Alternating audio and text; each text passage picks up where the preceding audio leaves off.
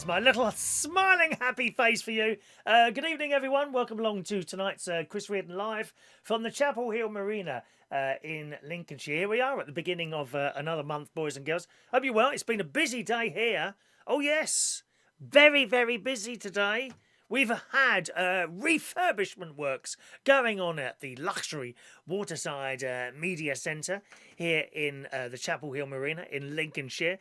My brother-in-law and my nephew have been over today, and they've been fixing a fence which blew down in the weather. And that's almost nearly done now. I think they've just got to screw the new posts to the old ones somehow and make it straight. Well, it is straight now, but make it, I don't know what they do. I have been working myself, boys and girls. I did a little bit of digging. We're very lucky actually. We located a secret electrical cable, which is clearly feeding something. So that just goes to show that, when you're doing this digging and what have you, you need to be a little bit careful. I'm just going to push myself up a little bit there. Am I loud enough? Is that all right? That's loud enough, isn't it? There we are, that's loud enough. Yes, you must always be careful when you're digging because you never know there's an underground cable there.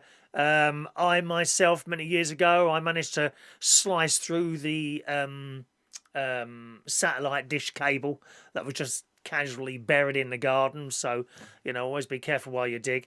And if you want to see that whole video, that's one of Martin's video. I think it's on the Butler's Empire channel. Not quite sure when that'll come back, when that'll come out. I'm sure someone will pop up here in a moment and let me know, okay? And while we were doing that, then we went out to this little place and bought bits of wood and stuff like that. I assumed we were going to B&Q. Oh, no, they laughed at me when I said that. Are we going to B&Q? And they're like, B&Q? No, they went to this little bloke who's got a wood place what sells bits of wood and plastic sheeting and all that stuff.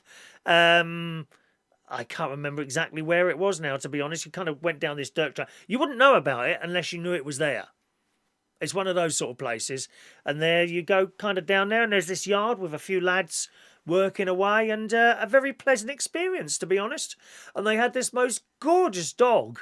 I'm not sure what sort of dog it was. It wasn't like an old English bulldog, but it had that, where they've got like bits of folds of flesh on their face. One of those type of dogs called Harvey or Harper maybe. Harper, maybe, something like that it was called. And this dog was just lovely. It came over to me. I had a little bit of a stroke, which was a mistake because then all my hand came up because I'm allergic to animal fur. Gorgeous dog it was. And we had these big plastic sheets which we were taking. He's doing something at his house as well, Martin. So I've been really busy today, and that'll be finished off tomorrow. So I'm eternally grateful there. And we had, I was very, very, I've had so much cheese today, it's unbelievable. I've got to tell you, there's a place in Horncastle called Couplands. I've mentioned it before. And they do lovely sandwiches and all that business in there. So I went in there for a vegan sausage roll and a pasty. But there's never any vegan sausage rolls. So I had 2 cheese and onion pasties. And what else did I have in there? Something, and a piece of pizza. Just a slice of pizza, which they warmed up in the microwave thing. And then tonight I've just had spaghetti arrabetta thing with cheese on top. I've had a lot of cheese today, very bad. But no bread. We're managing to stay off the bread. Which is great. I had a little bread at the weekend at my nephew's christening. My great nephew's christening, baby Frank. We had bread there, and I think I had a sandwich on the way up here. But I'm trying to keep off the bread and cakes because I think they're my worst enemies, to be honest. Bread and cakes. Anyway, on the show today, I've got 3 videos to show you today. Okay. Oh, you're spoiled today. There's 3 videos. There's baby Frank's christening. There's madness at my sister's garden. And there's the trip to Skegness, because yesterday would have been great niece Olivia's birthday. She would have been 7 yesterday. If you're a regular viewer to the show, you know my nephew and his wife and her brother and sister, they lost her back in August. So she wanted to do a regular, I think, like a, what do you call it, like a tradition. She wants to start a tradition, I think, of going to Skegness on Olivia's. There we go. The super chat jingle there for you. I think you're losing the video there, are you? Don't worry about the video if it freezes occasionally, boys and girls, okay? Thank you much, Matthew Van, for your super chat today. Very kind of you. If you'd like to join in at the show at any point, feel free to send us a text. 07451287337. Up there in that corner there it is. 07451287337 for the text. I will dip in and out of the chat box now and again, but sometimes it gets very busy in there and I can't see all the messages because they flash up so quickly. All right. Just to let you know, and also a little bit later on we'll open the phone line. That may or may not work. I noted that the internet speed was a little bit down this evening, and I was watching a film and I had a little bit of buffering going on, so that might not work as well as it usually does, but we'll give it a go today anyway. Alrighty, thank you very much, Matthew Van, for my £1.79 super chat. Very kind of you, very, very generous. Where have you been, incidentally? I haven't seen you for ages. Right, let's have a quick look at your text then this evening. Vera's there. Morning, Vera. Oh, good evening. Oh, that's for tomorrow, isn't it? Thursday's tune of the day. Thank you, Vera. Vera has already selected tomorrow's... she chooses a song every day for my worldwide famous chat show. My worldwide famous radio show, I beg your pardon, which is tomorrow morning. You see, there it is, tomorrow morning. Okay. Just after 9 o'clock in the morning, reachonair.com is where you'll find our little video show. Little radio show every morning, just after 9 o'clock. Thank you, Vera. John Parrish is there. Good evening, John. John is with us on this Wednesday night. And I know this is running slow because the messages are taking a while to load up as well. There we go. Today's topic name, TV's most well-known married couples. I don't know what you're going on about there. Hi, Chris. I hope you're well, mate. Today's topic, name TV's most well-known... I don't think we can do anything today, John. I'm already full up. If you've got any ideas for the show, send them in way before the show. But at this point, I mean, have you seen the menu tonight? The menu of things that we've got to talk about. We won't get through all those, I'll tell you that now. One phone call from Dan Woodhouse is worth about 10 subjects, you see. That's why they all get... Everything you see there, we don't always do that, do we? Hello to Gary Ross. Evening, Gary. Has Gary sorted out the fence for you at the caravan? Gary and Martin, they were round here earlier. Yeah, they were both round here earlier. Okay. Hello to George, who says he's single now. What, again? Again? You were single the other week. Mate. I don't know why you worry so much about being single. You shouldn't do. You can do anything you want. You know, when you're not single, people moan. Ow, why are you doing that? Oh, why are you doing that? No, don't do that. That annoys me. Do you ever get that at all, George? Do you ever get that? When you're single, you can do anything you bleeding well want to. Anything. Anything. There was a man I know, not Ray Reynolds, someone else, who plays the ukulele, and he told me he'd been divorced. When I first met him, he said, I was divorced about 3 or 4 years ago. I'm sorry about that. And he said, well, don't be. When I was married, she wouldn't let me go out and play my ukulele. Oh, it's much better, darling. Much better, much better. You worry too much, George, you really do. Good evening to Diane Jebb. Evening, Diane. Hello to you, my love. Evening to Greg. Good evening to Greg.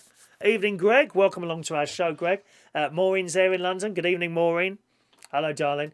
And Jason Hughes is watching, as he always is. He'll have about several different streams running all at the same time. Let's just pop into the chat box to see if we've got anyone in there. Kevin Woodruff. Good evening, Kevin. Welcome to our little show there.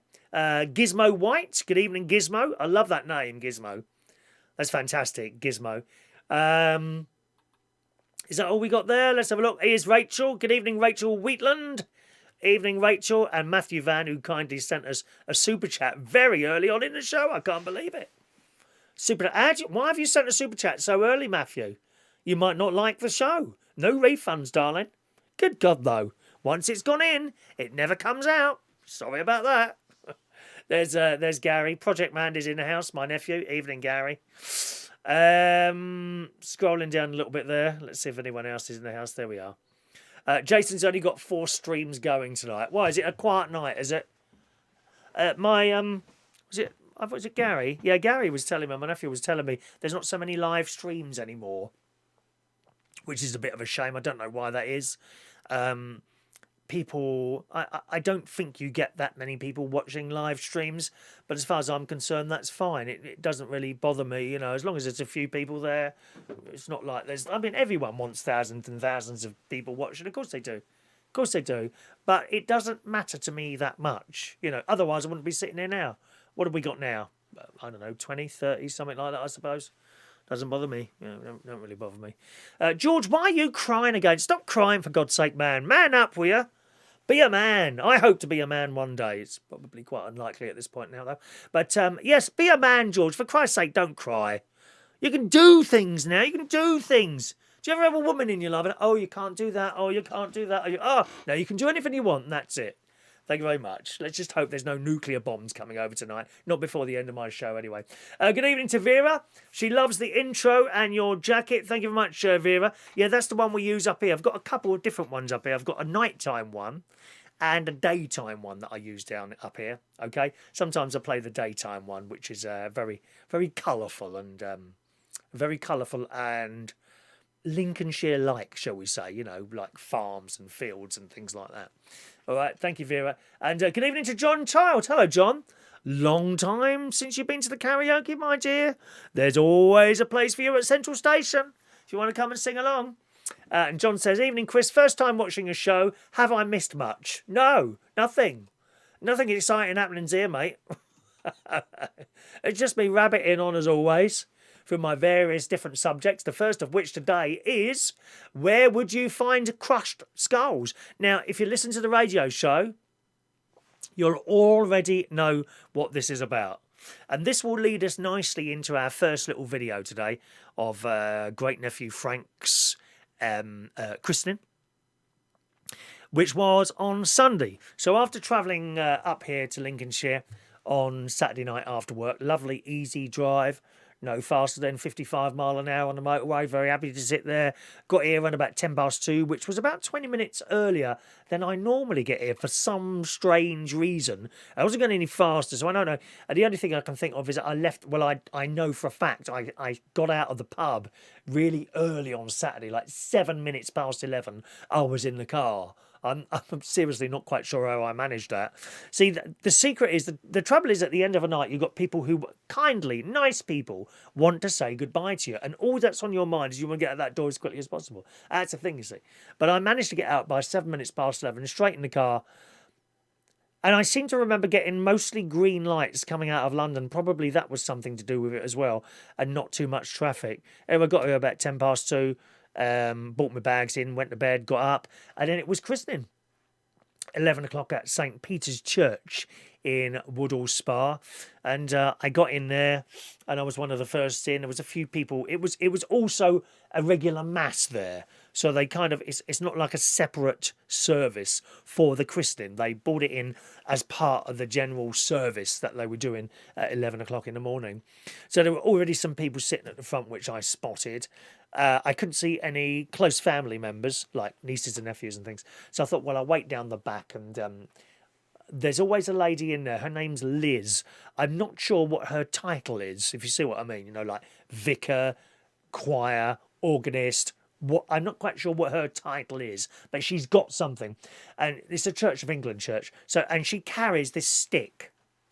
It's like a stick in front. Not a cross. It's like a triangular thing, a brass triangular thing on the top.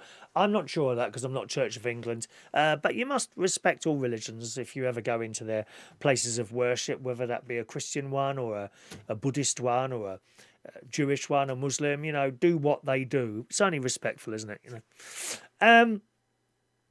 And as I stood there, in came my niece and little James, who's I think he's about 3 or 4 years old now. And James's little face, and the smile came on his face when he spotted me. I was very pleased. And my smile, I hope he saw. All right, James. And I like to get down on the children's level, you see. So I crouched right down. I said, come on then. I put my arms out and he come running over. Oh, it was lovely. Really, really nice. He come running over and give me a big hug. And then as people came in, we went up to our pews, our benches. Sat there, and you may see the first thing on our list of things to talk about. It says, where would you find crushed skulls? Right? So all these adults are moving into position now, and the children are sitting on one of the pews with my niece and what do you call him? Nephew-in-law, I suppose. Nephew-in-law, her husband, were sitting at the end, and then all the children. There were all the children. So next to my niece was James. Then it was Emily, then Evie, then Harry, then George. And guess what? There's a space at the end. So given the choice of sitting among adults or children, I'll sit with the children, because the adults are just boring. You know, all they'll be doing is they're criticising everyone's dress sense, talking about politics and all this. So I sat, is there room for me there? And George has moved up. He hasn't moved up fast enough. So I've got my arse and I've just plonked it in the middle and wiggled it a little bit so they moved. So we're sitting there, right? And things are happening around us. People are coming in. And George says, Chris, you know that quizzical face that they've got, little children. Chris, I said yes, because I like him to call me Chris, not Uncle Chris. Chris, yes. He says, and he's got the kneeler in front. Now, in churches, some have kneelers that are permanently on the floor, and they go right across all of them, like one long board. Other places, especially the older Church of England ones, they have these little personal kneelers that are kind of hooked on the back of the chair in front of you. They're just on a hook. Like that, and they're very, very soft, quite big, thick things. About 1, 2, I suppose about 3 or 4 inches thick, something like that. And it's like nice and soft, right? And George is kicking this thing, and he says, "Chris," I said, "Yeah, what?" See, is it true these are stuffed with the crushed head? The crushed. What's he say? Is it true these are stuffed with the crushed skulls of people that have died and used to go to church? You know, where would you get something like... Who has told him that? That's what I want to know. Who has told him that? And of course, very quick thinking on my part, I thought, shall I tell him the truth or shall we play along? So I said to him, that's right. How did you know that, George? And he looks... He's looking all quizzical, not confused, quizzical. Right, and I went like this. I said, and I got the one in front of me, and I went like that. Here, if you just squeeze that slightly, can you hear crunching? Of course, you can't hear crunching. I mean, it's full of feathers or something like that. There's no crunching. Can you hear crunching? Listen carefully. And I'm going like that. I said, you do it to yours. And he did it to his. Well, 2 hands with his, because he's only got little hands, of course. 2 hands like that. He's going, oh, yeah. So he thinks the kneelers are full of crushed skulls of dead people that used to go to church.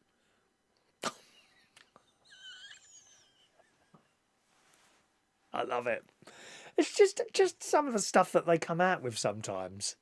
And I'm desperately trying not to laugh. So that was that. So the organ strikes up. No one is singing. And I found it a bit sad, really. There only appeared to be one member of the choir. An old lady, probably about 74, 75, who was up there all on her own. One voice is just not powerful enough, and I didn't know the first hymn either. So it's just basically organ playing. It's a shame when there's no choir like that. So that was happening. And then at some point in the Mass, James decided to come along and sit on my knee. So that was nice. So I sat him on the knee, and he's like talking quietly to me. And he said, have you got anything to eat? I'm really hungry. And I haven't got anything to eat, James. Okay. And then George says, I'm hungry as well. I said, well, I haven't got anything to eat. Anyway, so the Mass continues, or the service continues. And at some point, which you'll see in the video, my nephew Jimmy, he had to bring the baby up. And then they went to the font later on for a little bit of a baptism. That video, it's only about 3 or 4 minutes long. Each video I've cut down to about 3 and 4 minutes long for your benefit there, okay? If you're not religious, doesn't matter. Makes no difference at all. Just enjoy watching it, okay, for what it is. I hope it works all right, because this computer is not as powerful as the one I got at home, and sometimes the video mucks up a little bit, but hopefully, fingers crossed, it'll be all right. So that was that. And then it came to Holy Communion time. Now, in a Catholic church, you can't go up to communion unless you are confirmed, okay? It's like a like a club, I suppose, really, you'd say. In Church of England, they invite everyone up. Whoever wants to go up can go up. So it's a communion time. Anyone that wants to come up, please do so. And then an usher comes down in between the two lots of benches, pews, whatever you want to call them. She comes down and stops at the first one. Anyone want to go to communion? And then she stops at the second one. Anyone want to go to? We're in the second one. So the first one, no one went up. They come to the second one. Anyone will go up? And so I thought, yeah, okay, I'll go up. And I said to James, do you want to come up? He's still sitting on my knee. He said, oh, what is it? I said, well, it's communion. You get a bit of bread. Oh, okay then. So he took my hand. I wish someone had videoed this actually, but there you go. He took my hand and we came out of our little pew. We were sitting at the end. I asked George and Harry if they wanted to come and the other two, but they were quite happy to stay there. Okay, so George and me. So we were the first up. So we walked up the steps to the altar, through the middle of the altar, and there we are, or through the middle of the kind of nave up to the altar, and there is the vicar standing there, top right hand corner with Liz, the lady with the stick with the brass stick on the top there. And as he kneeled down, the vicar's looking at me and he's looking at the little boy, and I said to him, I said, okay, he's going to give you a bit of bread. So the vicar gets the bit of bread, dips it in the wine. Now, before you start moaning, oh, you shouldn't give children alcohol. It's not alcoholic, idiots. Didn't you know that? You didn't know that, did you? Didn't even know that? So he gets the bread and dips it in the wine and gives it to James. He's holding it like that. And James looks at me. I said, take it. So he takes it. And then he'd hold it. I said, no, you eat that. It's like this. Okay, watch this, James. Okay, and I looked at the vicar and he got this piece of bread and dipped it in the wine again. Body of Christ, amen. So I took it. I said, there you go. So watch that. At this point, James then ate his. Okay, and the vicar's smiling. Well, a lovely man, little beardy, a little round man he was. Wasn't old, I suppose about 35. He really wasn't that old, that vicar. Maybe 35 to 40, somewhere in between there. Lovely man, and he smiled kindly at us. And we went back to our bench. And then from there, other people were going up, and the usher, which was a lady, was going up and down, with people, whatever. And then at some point, he said to me, can I go up again? George, of course. George wants to know. George is the oldest nephew. Okay, he's 9, I think. George is the oldest, so he's 9. So, of course, he feels like he's missed out now, doesn't he? Oh, what's it like? And James says, oh, it's nice. James is saying it's nice. I said, well, do you want to go up? I said, it's not too late if you want to go up. No, I don't want to go up. Okay, fine. There's no problem. Anyway, so a little bit of time passes and James says, can I go up and have another bit? I said, no, you're only allowed to have another bit. Oh, he said, oh. And he looks around and in a really loud voice, he points at the usher like that. She's been up 3 times. It was comical. It was so funny. So funny. He's a funny little character. Well, all children are, don't they? They're all funny. And that was probably the funniest part of it. And then the mass carried on. Then they did a couple of hymns that we knew. So I was able to sing those. I think it was just me and the lady from the choir who was singing. And Gary's wife, she sings as well. I know she sings. But it was nice. It was a lovely occasion. It's a really old church, old wood carvings in it. Beautiful in there. Absolutely beautiful. St. Peter's in Woodall Spa. And you'll get to see some of the insides of it in a moment or two. Okay? And that was it, really. We then went over to the Golf Hotel. There's no video of that. And we had some sandwiches, which my young nephew Jimmy and his girlfriend Charlotte had laid on. So we had a few sandwiches, cups of tea. That was all free of charge. Well, not free. I mean, obviously Jimmy would have paid for it. And there was a bar as well if you wanted to buy a drink. Lots of people buy alcoholic drinks. It's not really for me during the daytime, so that was fine. And that was our day. And then after that, there was a little bit of a barbecue at my sister's house. That went really... Not a barbecue, I beg your pardon, just like an afternoon tea type thing, which was like a barbecue, but done in the house, like on oven and grill, and she's got this Ninja air fryer thing, which is fantastic, I have to say. She done my burgers in that, and they come out beautiful, really beautiful. So we had some of that and chips and salad and stuff like that, and all in all, a really nice day. And then we had a little bit of a muck around in the living room, which you'll see as well. Okay, so let me just read a couple of these messages out, and then I'll show you our first video this evening. Good evening to Ray Reynolds. Evening, Ray. Hello, Ray. Have you made any use of those discs yet? I gave Ray a load of CD discs that I didn't want anymore. Thank you very much. John Child says that would be the church warden. Thank you very much, John. Yes, I've heard of that expression before. Like the church warden in Dad's Army. Do you remember him? Oh no, Vicar, I don't like you doing that. Church warden. Thank you very much. That kind of makes sense. Thank you, John.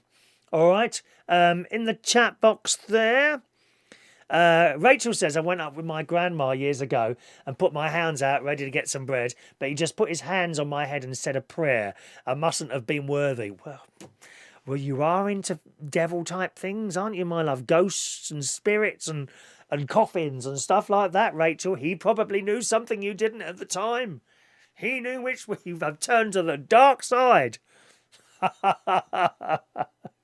You've turned to the dark side, Rachel. There's no going back now, my love. Hello to Michael Lawrence. A very good evening to you. Let's just scroll up there a little bit. Okay, I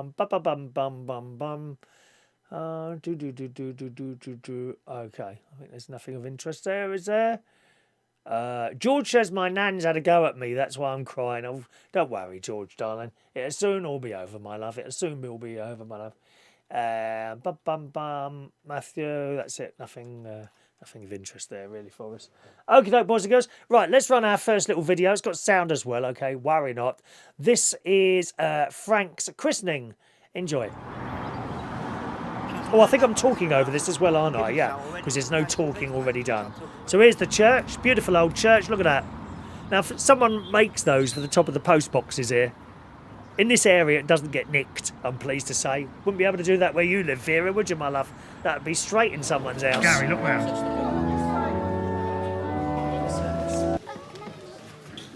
There's the vicar. Lovely man.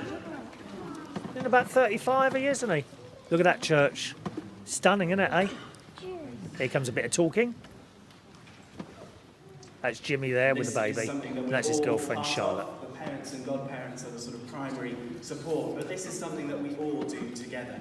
We are all now part of this family.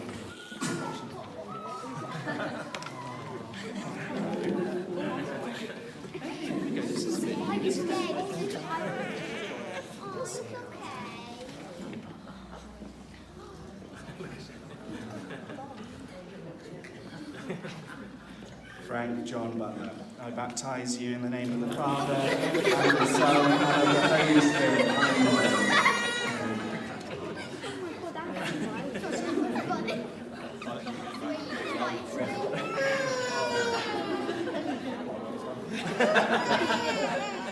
That's my nephew's best friend on the left there. And we'll stand, and in a moment we'll sing together. Shine as a light in the world, to the glory of God the Father.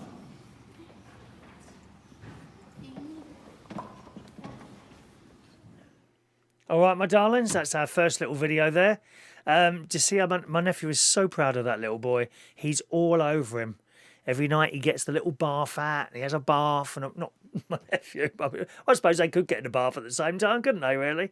He gets a little bath out, and he does all that. He's just doting over his little boy there, and it's so nice to see it. Anyway, that was the church and the vicar. Let's show you what happened at the little garden party afterwards. And recently, my sister and great-nephew Harry have built this, like, swing thing in the garden. You're going to love this. Watch this. And we will just swing and swing. So I don't want to do it. Come on! Higher! Higher! Higher! Get your feet off the ground. Can I take a picture of us playing football? Yes, of course. We've got our cameraman, Georgia. Slowly move it around. Slowly, George. Slowly, never fast. That's it. That's it.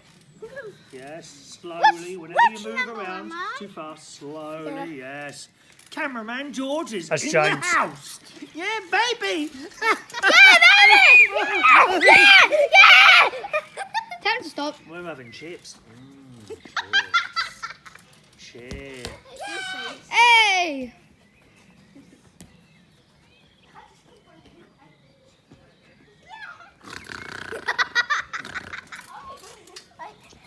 Thank you, George. Go and play football now, and I will film you. Alright. No, I'm still filming a sec.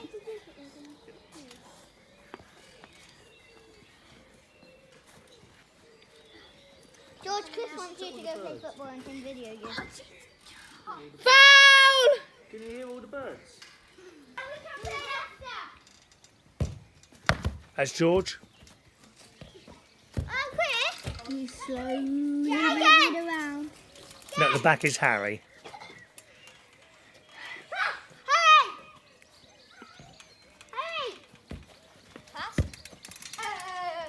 And George immediately scores. By an own score. And George officially scores again.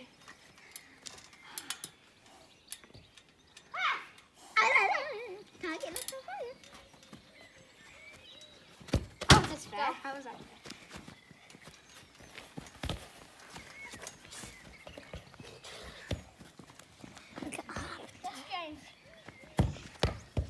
And now we are going to show you how we make a clock. First of all, we need a pendulum. Pendulum, please. Thank you. And then we need ticking sounds. Are you going to do ticking sounds? Here we go. Go. Tick, tock, tick, tock, tick, tock, tick, tock, tick, tock. Do it the other way now. Can you show me? Turn. Ready? Tick, tock, tick, tock, tick. That's Emily. 2 hands of the clock. Make them point to 10 o'clock. 2 hands. 10 o'clock. Is that 10 o'clock or is that 3 o'clock?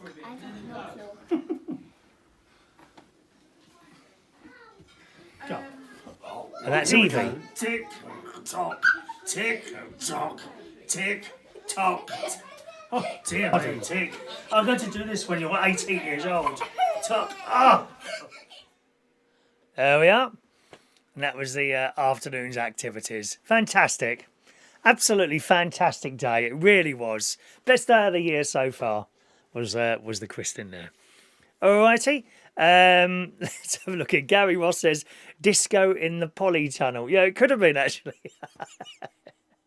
I'm sure we can find somewhere to hang up a mirror ball in there or something like that. We know what happened with the deck chair. Yeah, that's true. Do you remember that? Do you know that's years ago now, Rachel, the deck chair incident? Years and years ago. Jason wants to know if it can take the weight of us all sitting on it. Well, I don't think it was me with the weight, to be honest. The 2 girls weigh at least a tenth of what I weigh, I reckon. Thank you. Good. So that's it. That was our little day. All right. That was our little christening day there. There's been more, but I'll come to some other stuff in a minute. We'll give you another little video later on of Olivia's birthday in Skegness. George Bond has sent a couple of pictures in, boys and girls. He's recently been doing a little bit more archery stuff. Now, did he send me I don't think he actually sent. Let's have a look. No, he didn't actually send an email for this, but clearly he was getting ready to do his archery, and he sent in these pictures of him mowing the grass in front of the old targets there. Better to use targets than a live animal, I think, George. We're very impressed by that. There he is. Now, where is this? That ain't your garden, is it? Is that some sort of archery site that you go to? By the looks of it, it's a petrol mower. And I've never, believe it or not, I've never actually used a petrol mower. My nephew repairs those and sells them on. But yeah, he's obviously getting the archery stuff already there. Thank you very much, George, for sending those things in. If you ever want to send anything in, feel free to do so on the email there, okay? Chris at unitedkingdomtalk.co.uk is my email address. Chris at unitedkingdomtalk.co.uk. So we still got the Skegness video to come up there. How would you fancy saving money on your funeral? Eh? No, don't worry. You haven't got to pay for it in advance or anything like that. Now, and you must have thought about it before. You know, and many of you, like me, like members of my family, have lost people. We've all lost people.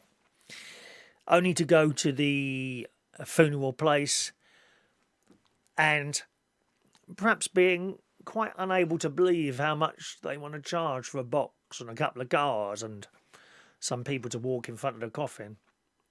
Here is a way of saving your money. Now, you know that box, in particular, if it's, I think, a crematorium where you go up in smoke.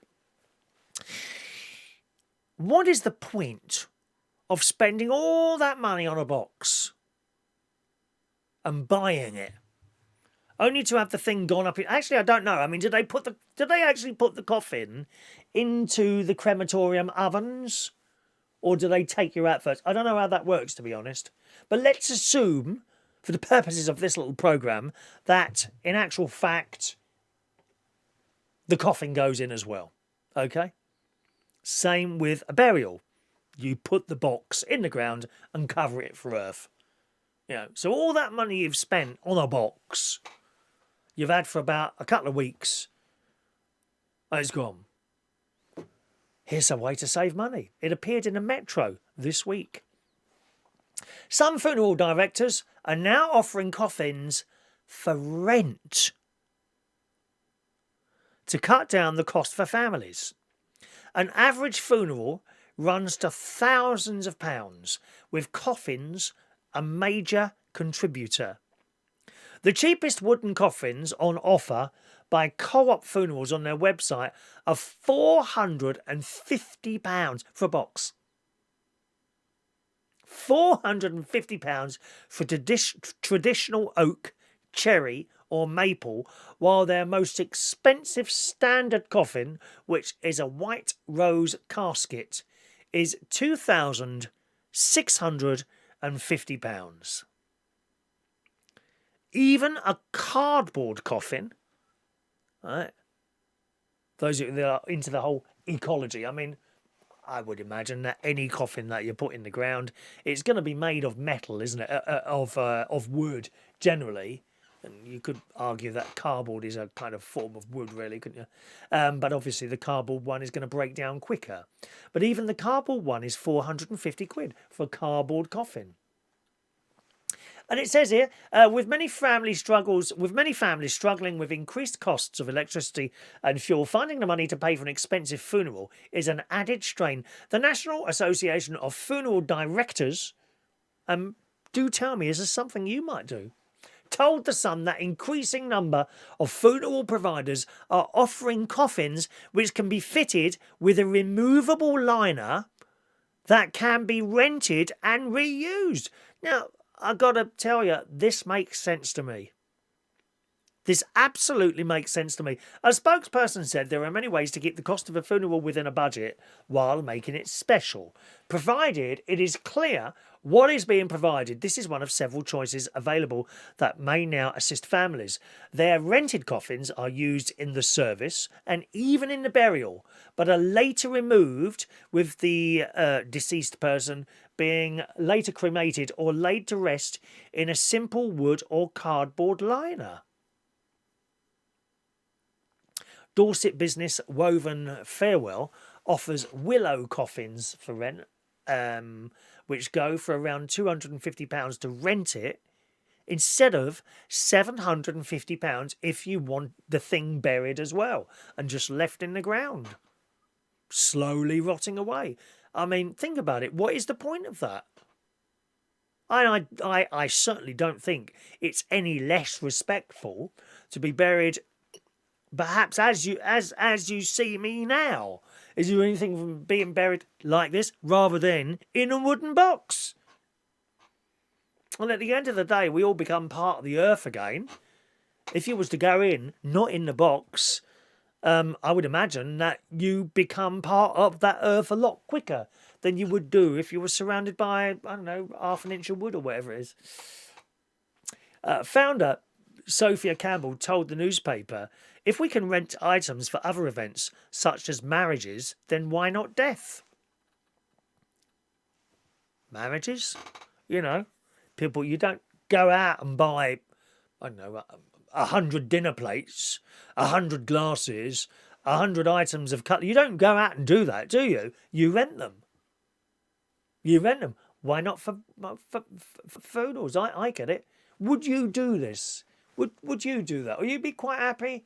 We could ask this question two ways.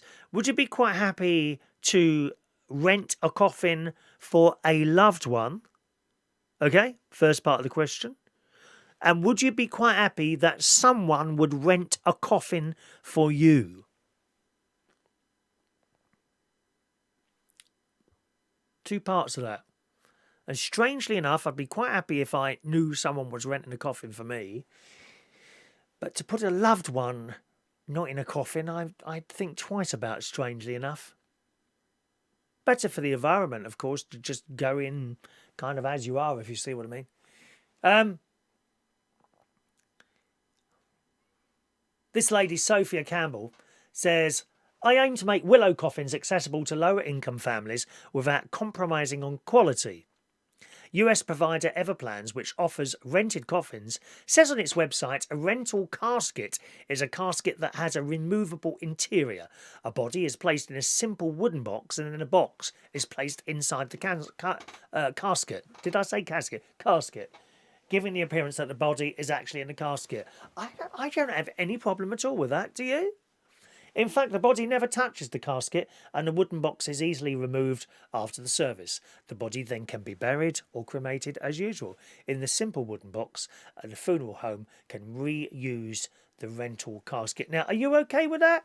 Or do you find that a little bit, don't know about that, it's a bit iffy that, isn't it? Oh, don't know a lot. And if I want to go in a box that some dead person's already been in, well, it makes no difference to you. You're dead as well. And yeah, does it make any difference to you? Let's see what anyone's saying about that there. Vera says, how about a coffin share? Like a flat share. There you go. Coffin share. You don't mean two people in the coffin at the same time, do you, darling? Well, it's the same sort of thing, coffin share, rental, isn't it? Something like that. What do you think, eh? Evening to Caleb. Evening, Caleb. Welcome to the show, Caleb. How's your girlfriend? She's not been well, has she? She's got collapsed lungs. Caleb's girlfriend's in hospital. She's got collapsed lungs at the moment. Thank you. John Parrish says, Muslims try to bury deceased as soon as possible. Yes, I know that. And certainly within 3 days, a deceased body is washed and wrapped in a white cloth or shroud. I mean, that's surely better than a box, isn't it?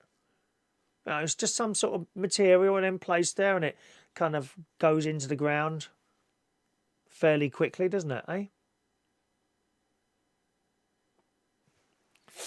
eh? Gary Wass wants to know, has anyone got a Premier how to make a coffin? I've got loads of pallets. Always on the make, Gary. I like that. Good to be on the work.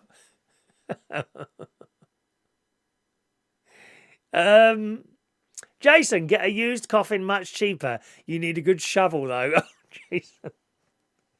That's even worse than necking people's flowers and giving them to your missus, isn't it?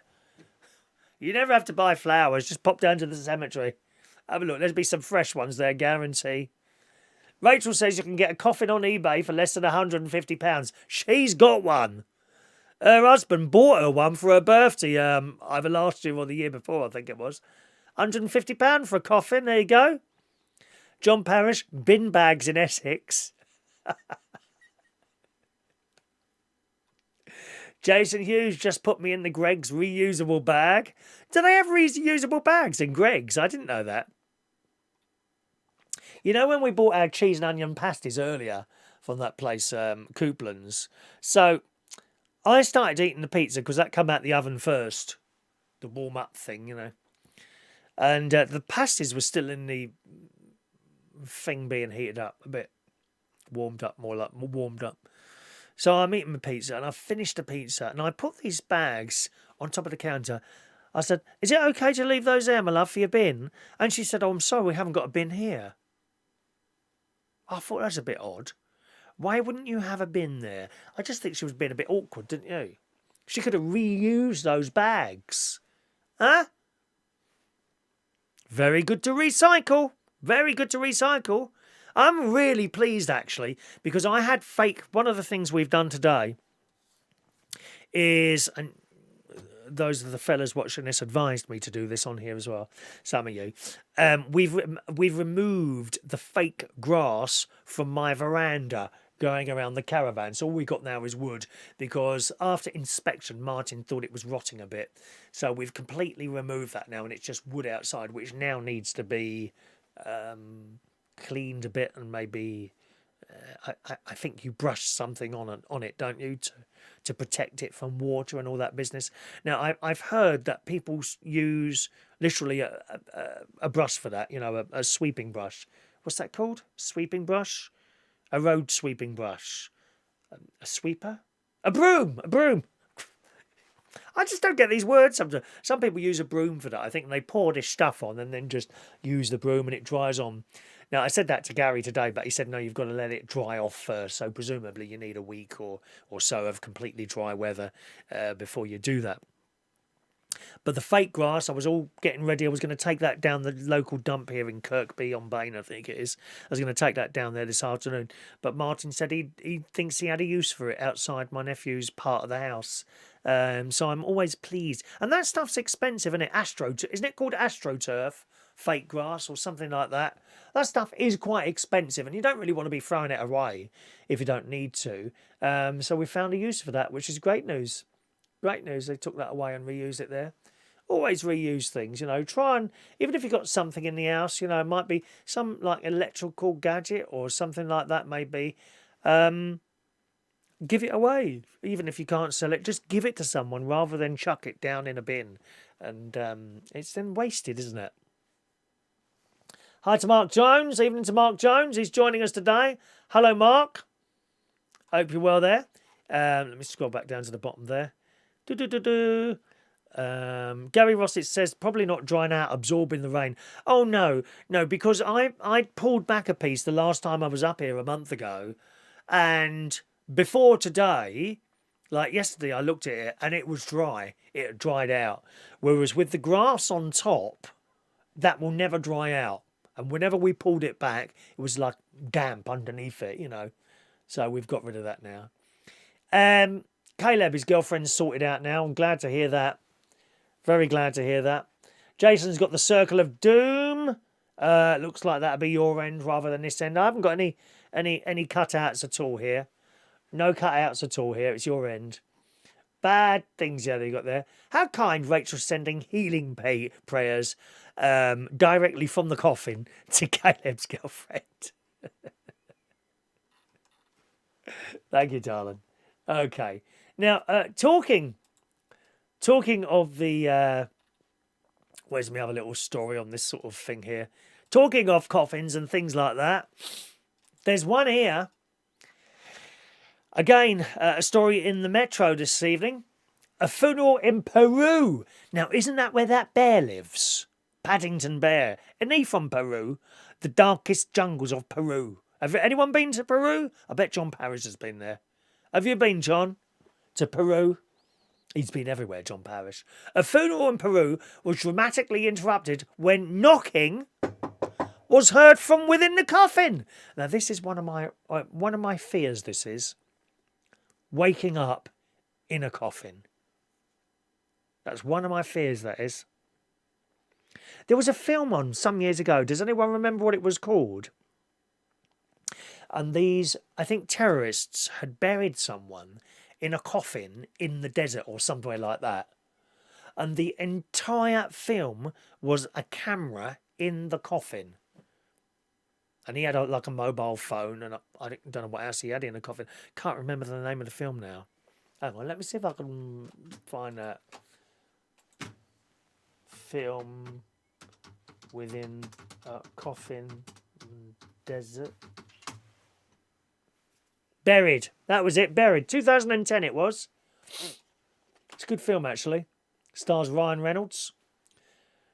Story about an Iraqi-based American civilian truck owner who, after being attacked, find himself buried in a wooden coffin with only a lighter, a flask, a torch, a knife, glow sticks, pen, pencil and a mobile phone. The film is called Buried. God, my God, that's 12 years old, that. 2010. It's a good film. Did I go to the cinema? I've seen that in the cinema. Good film, that. That worries me, that. Waking up in a coffin. Back to this story. A funeral in Peru was dramatically interrupted after knocking was heard from within a coffin. The family of Rosa Isabella Cespedes Calaca had gathered in the city of Lambayeque to pay their final respects on April the 26th. Rosa had been involved in a serious crash in the area. The accident claimed the life of her brother-in-law and left her nephews with serious injuries. She had been pronounced dead following the horrific crash and later loaded into the coffin ahead of her funeral. But when their relatives hoisted the wooden structure onto their shoulders, they began to hear strange sounds. Oh, hang on, we need some music for that, I think. Where's have I got that music here? Yes. They began to hear strange sounds. Oh. Let's try that. They began to... I can't do it if you make me laugh. They began to hear strange sounds.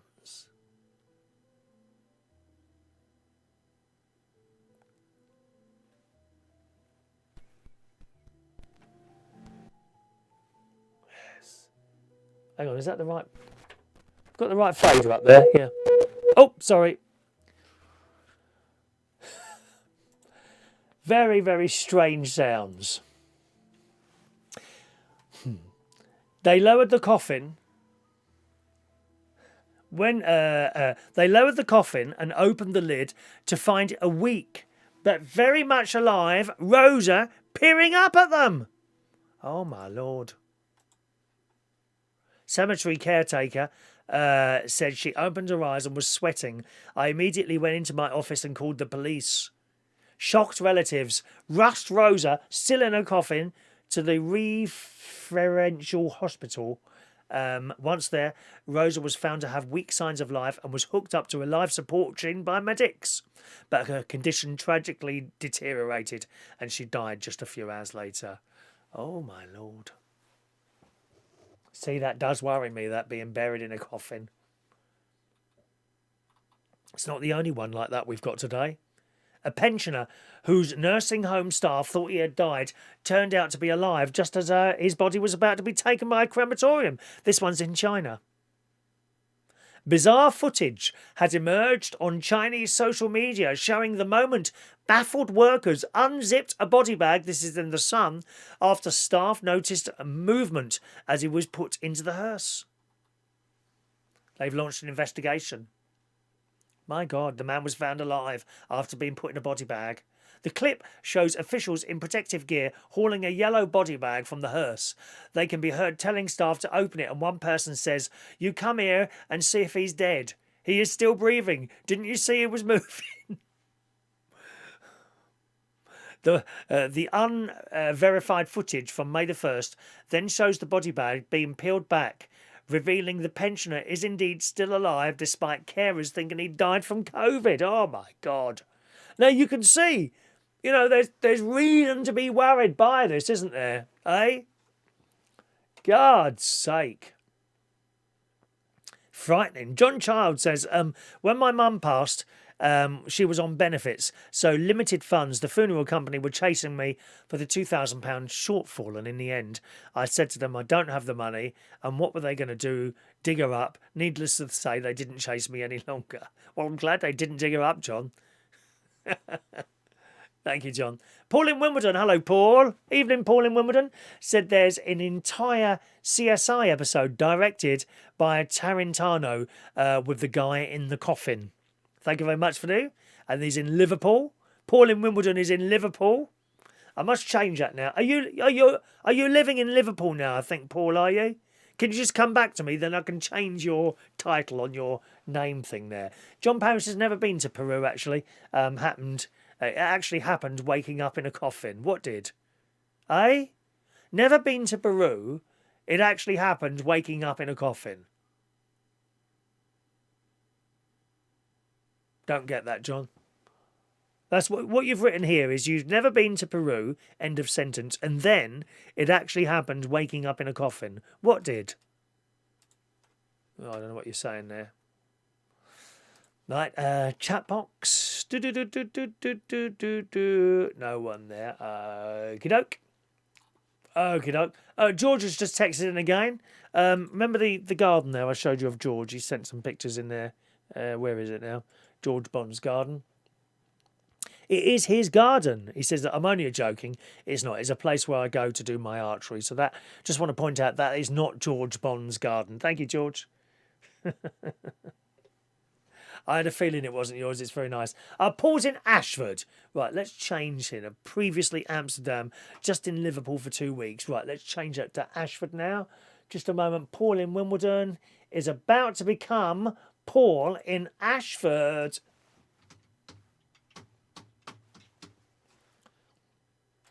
You are now known as Paul in Ashford. No longer will thou be known as Paul in Wimbledon.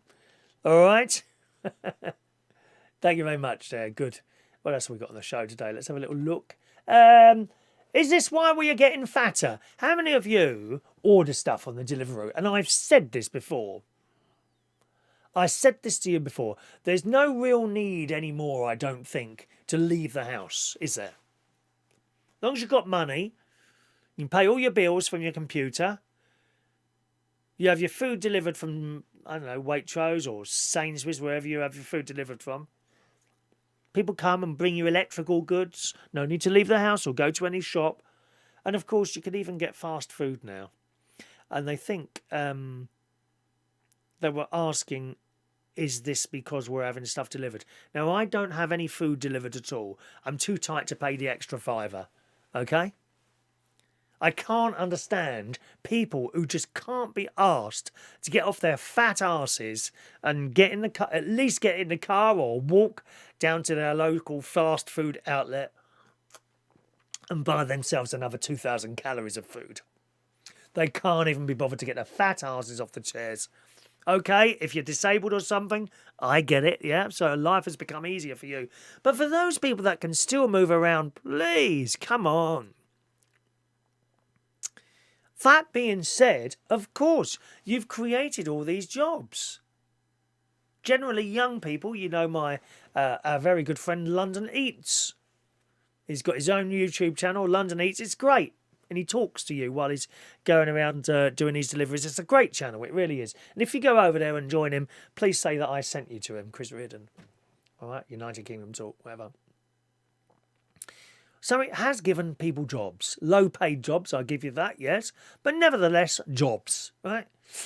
And it says in The Sun, Britain is on course to become the fattest nation in Europe by 2033, fuelled by our Deliveroo lifestyle. No one wants to move. You've got to get out there and do something. A damning report warns levels of flab will rocket by 1/3 in a decade. So if you're already a bit fat, like me, you're going to get fatter, according to this, with nearly 4 in 10 adults obese. People look at me and say, "Oh, you're not fat, Chris." Listen, I am. I can see it. I've got a tyre around there. I've got a tyre. I don't think you're helping anyone when you say, no, you're not fat. And people like make up these excuses. You know. And that's why I think people won't lose it, really. I know we have the joke on here, you know. We take the mick sometimes and that. But you know it's just a joke. Or at least I hope you do. You know, when I go on about perhaps Gemma Collins and all those people, you know, like really fat. I'm not fat shaming. It's just a bit of a joke, really. I'm talking about your health. Your health. Many people out there with diabetes. Perhaps you're one of them. Don't you wish you didn't have that? Now, I don't think diabetes is 100%. I'm not a medical person, all right? I'll put my hand up with that. Diabetes is not necessarily always going to be because people are fat, but some of it is. A good proportion of it is, isn't it? It's your health. Think of your health. The UK currently holds the title in the Sun as the tubbiest nation in Western Europe with 27.8%. That's more than a quarter, almost a third actually, of British people dangerously overweight. Only Malta and Turkey weigh in heavier on the scales, according to the 220-page dossier. But Britain will soon overtake them all on current trends, top European charts, with experts forecasting obesity rates surging to 37% by the start of the next decade. That's a lot. Along with all the issues that go with it. You know, the health service. I'm sure one or two of you who are diabetic have indeed ended up in hospital with various different complications of that. People lose feet, don't they? They lose limbs. With diabetes, they go blind. Ireland is set to be the second fattest on the list, with rates peaking at around 36%. Medics blame the UK's couch potato lifestyle and growing fondness for meal delivery apps such as Deliveroo and Just Eat. Online takeaway orders doubled following the first lockdown, and the research shows that they can contain double the amount of calories as supermarket ready meal equivalents. So you see what they're saying there, it's not necessarily I don't think it's necessarily the people delivering the food to you. But I don't know about you, when I do my cooking from scratch, for example, today I've had my spaghetti arrabbiata. There was no oil in that at all. I don't use oil, really. Not unless I require a little bit of sort of lubrication in a pan or something like that. I just don't use oil. Most of the calories in these meals, I reckon, probably come from all the oils and the stuff that you buy. You know, I've seen videos of people that have bought takeaway Indian stuff, for example. It could be anything else. It could be Italian. Doesn't matter what it is. And then they open these little silver packets and there's this layer of oil on the top, which wasn't on my spaghetti arrabbiata, you know. All I had in that was tins of chopped up tomatoes, chopped up peppers. I can't think of the recipe now. Have I got it on here? No, I haven't got it on the phone either. But there was no oil in there at all. Experts also fear lockdown lard, which I gained over the pandemic, have further accelerated the crisis. So there we are. Now, some people are saying it is indeed Deliveroo and things like that. It says both Deliveroo and Just Eat say they provide a wider selection of healthier choices. Yet the problem is people aren't choosing them. They're going for the stuff that's fatty. It has to be said, even some of the vegetarian burgers. Now, here up at the caravan, I've got one of those George Foreman grills. It's fantastic, actually. Not dear at all. You can get, I think when I bought that it was about 30 quid. And that was about, when I first got the caravan about 3.5 years ago. And you put your burgers on there and any fat kind of is supposed to drain out into this little tray at the bottom.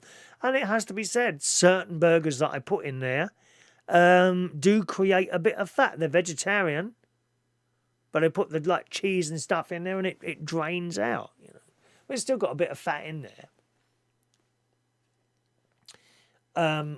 It says here, people have got used to this Deliveroo lifestyle where they can get whatever they want delivered to their door 24/7 without having to move a muscle. Now, you say that, you've got to be in the right place. Where I am here, up here in Chapel Hill, Lincolnshire, I don't think you can get Deliveroo here. You certainly can't in Woodhall Spa. There's no one doing it. No one doing it. Not only that, they don't exactly have a million fast food restaurants. So they've got a pizza place, There's a chip shop. Whether or not they do it in Boston and Lincoln, I would imagine you could probably get Deliveroo and Just Eats in one of those too. But out in the villages, you can't get it. You know. Who's going to get on a push bike and travel for 45 minutes to bring me a burger and chips? Answer, no one. And again, it says here, our street is littered with delivery bikes, as if anyone who's drove in London will see this, even in Bracknell. Even in Bracknell, you know, you go into the town centre, there's always a queue outside McDonald's. Those little people who are all doing a job, earning money, good. Little blue bags on the back, you know, waiting outside McDonald's. It's just, it gets to me when I see it on Sunday when I'm going to church. And I'm walking through Bracknell Town Centre after parking my bicycle because I cycle in.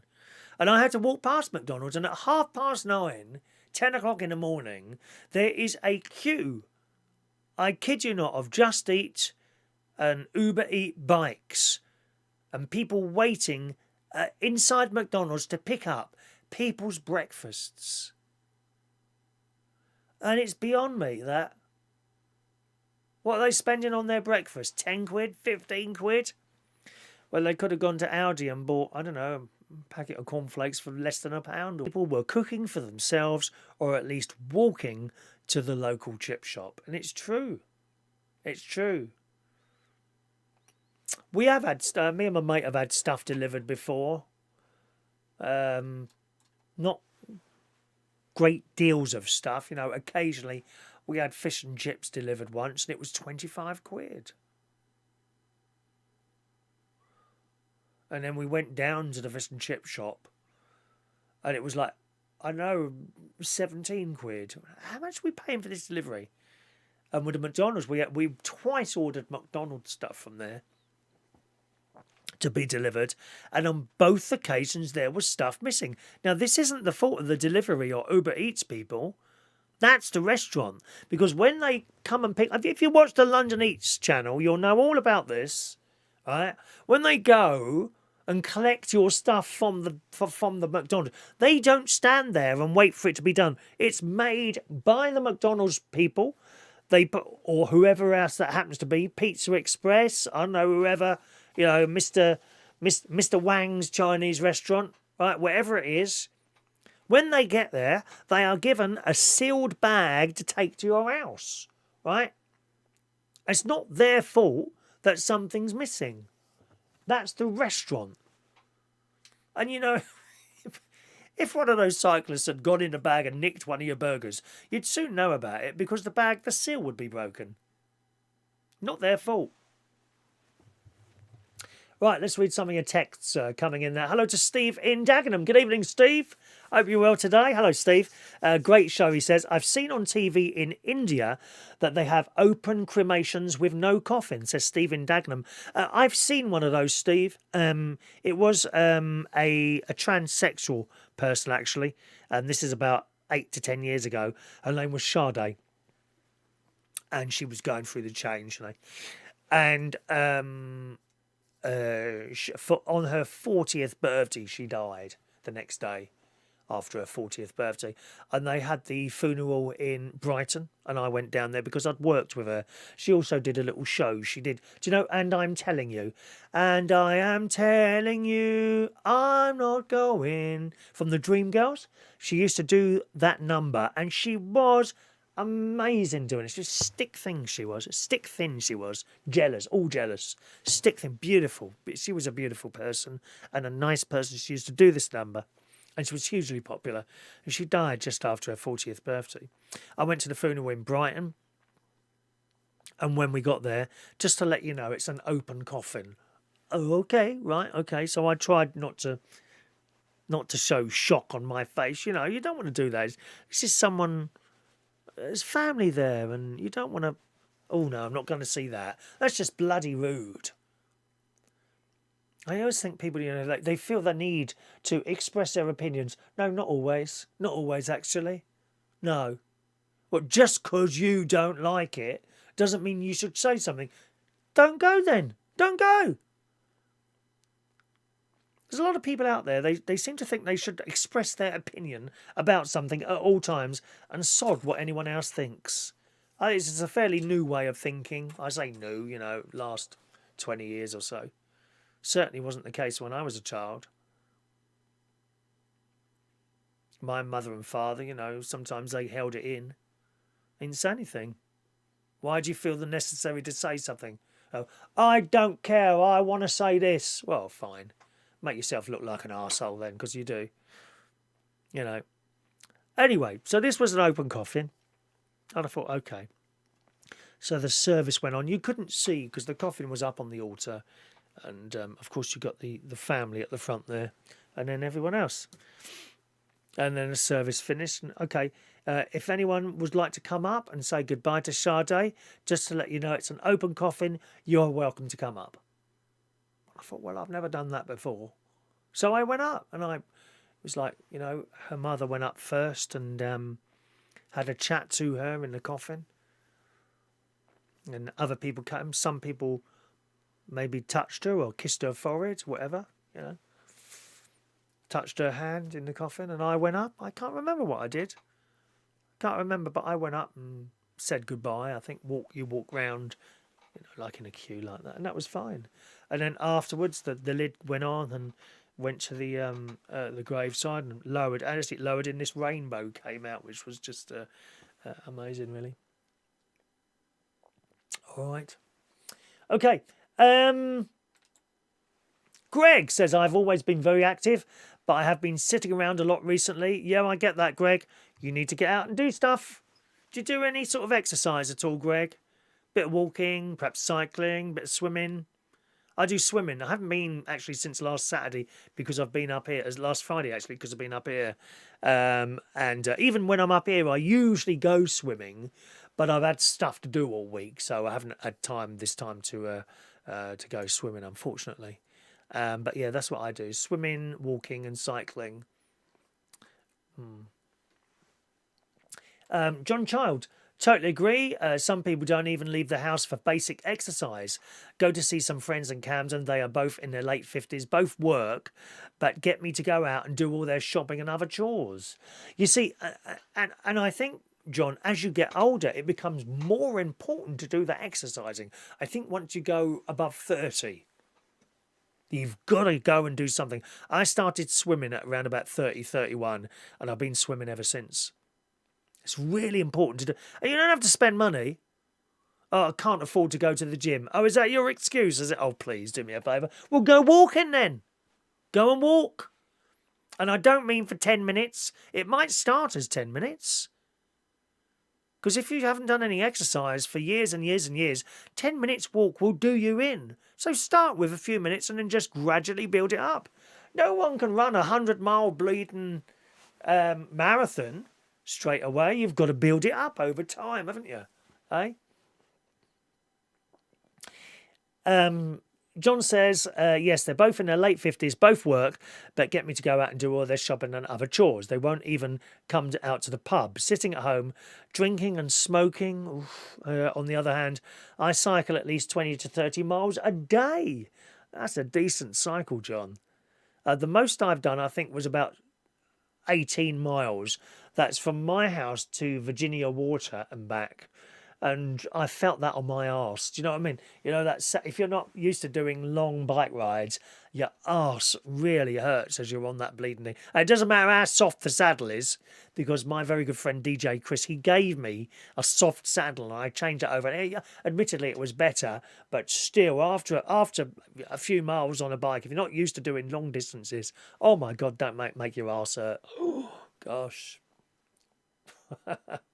Thank you, John. John Paris says, get yourself an air fryer. Yes, well, Gary's got one, and my sister's got one as well. They love it. They love it. John says, you're overweight, so why do you eat so much crap? Just say we do not worry about you, dear. Pizzas, chips, bread, ice cream. Well, you haven't been with the show for a while then, have you, John? I don't have bread or ice cream. I have pizza, maybe once a week. Chips once a week, and then it's the Slimming World chips that I do in the oven.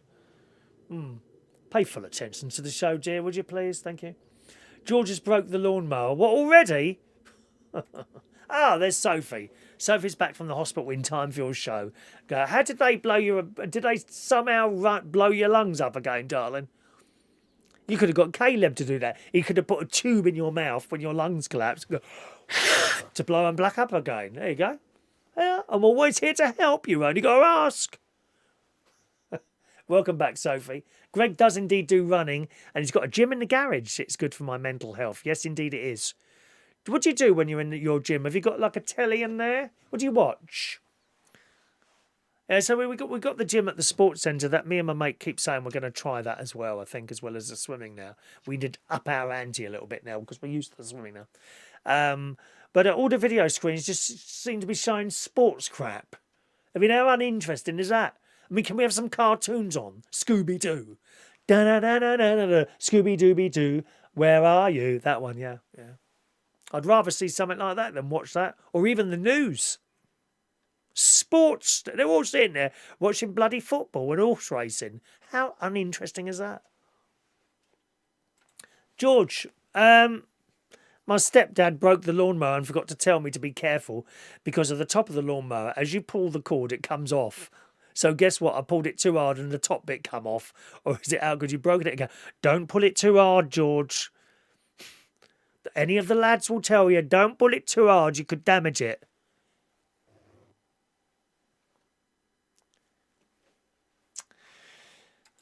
Popping into the chat box here. Hello to Ray Belasco. Hello, Ray. Good evening to you, Ray. Hope you're well. Ray Belasco's in the house. Is Nigel there as well? Hello to Nigel. I haven't seen Nigel for a couple of years now. Hope he's well there. Jason walks to Greg's every day after parking his van in their car park. It's our friend Tony Power. Hello, Tony. All right, love. Tony's a songwriter. Tony says, I've ordered Uber food for a disabled person. There you go. They delivered the food, but left it outdoor in the rain and couldn't be bothered to ring the doorbell. Oh, that's not right, is it? That's like I said to you, I don't know how long you've been with us, Tony, but certainly if you're a disabled person, this whole Deliveroo thing or Uber Eats is an absolute godsend, isn't it? You know? But like it said in the story there, the trouble is buying something cooked by a fast food is probably not as healthy as if you were able to cook it yourself. Quite possibly the disabled person is not able to cook it themselves. Thank you, Ray. I was not with you. Well, tell him I said hello as well, darling, all right? Tell him I said as well. Good. Scrolling.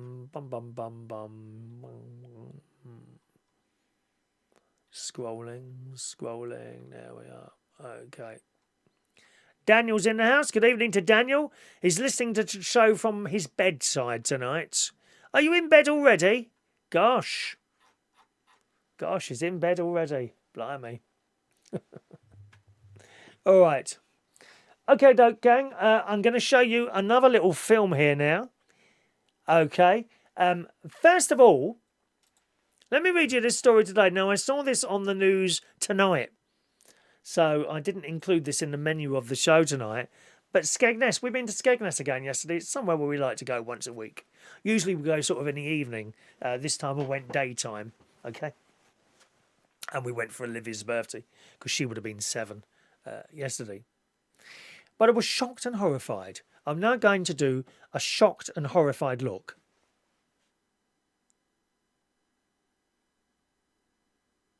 That was a shocked and horrified look. I was shocked and horrified to listen to BBC Look North tonight, of which I appeared for approximately 2 minutes about 2 years ago now on BBC One. Did anyone see that? Oh, no one. Anyway, it turns out bad news for Skegness. Reporting in the Leicester Mercury this tonight, those who are still wary about travelling aboard this summer will be resorting to a UK staycation. While glamping and forest lodges are high on the lists, most families will be packing their bags for the seaside. Oh, we do like to be beside the seaside. Oh, we do like to be beside the sea. Yes. With Skegness being closest to Leicestershire, and of course here in Lincolnshire, Skegness, many will be excited for a weekend at Skegness for their fix of the beach. However, A survey with 4,000 contributors has shared some bad news about the Lincolnshire resort. Consumer magazine Which published its annual survey into the best seaside towns across the UK, rated for the quality of the beach, local attractions, scenery, peace and quiet and value for money. Skegness ranked by far the worst. And it has done for the last 3 years.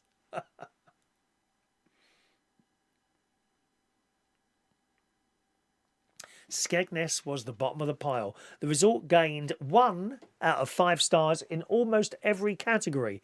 If you want to look at the bright side, they ranked 3 out of 5 for the quality of the beach.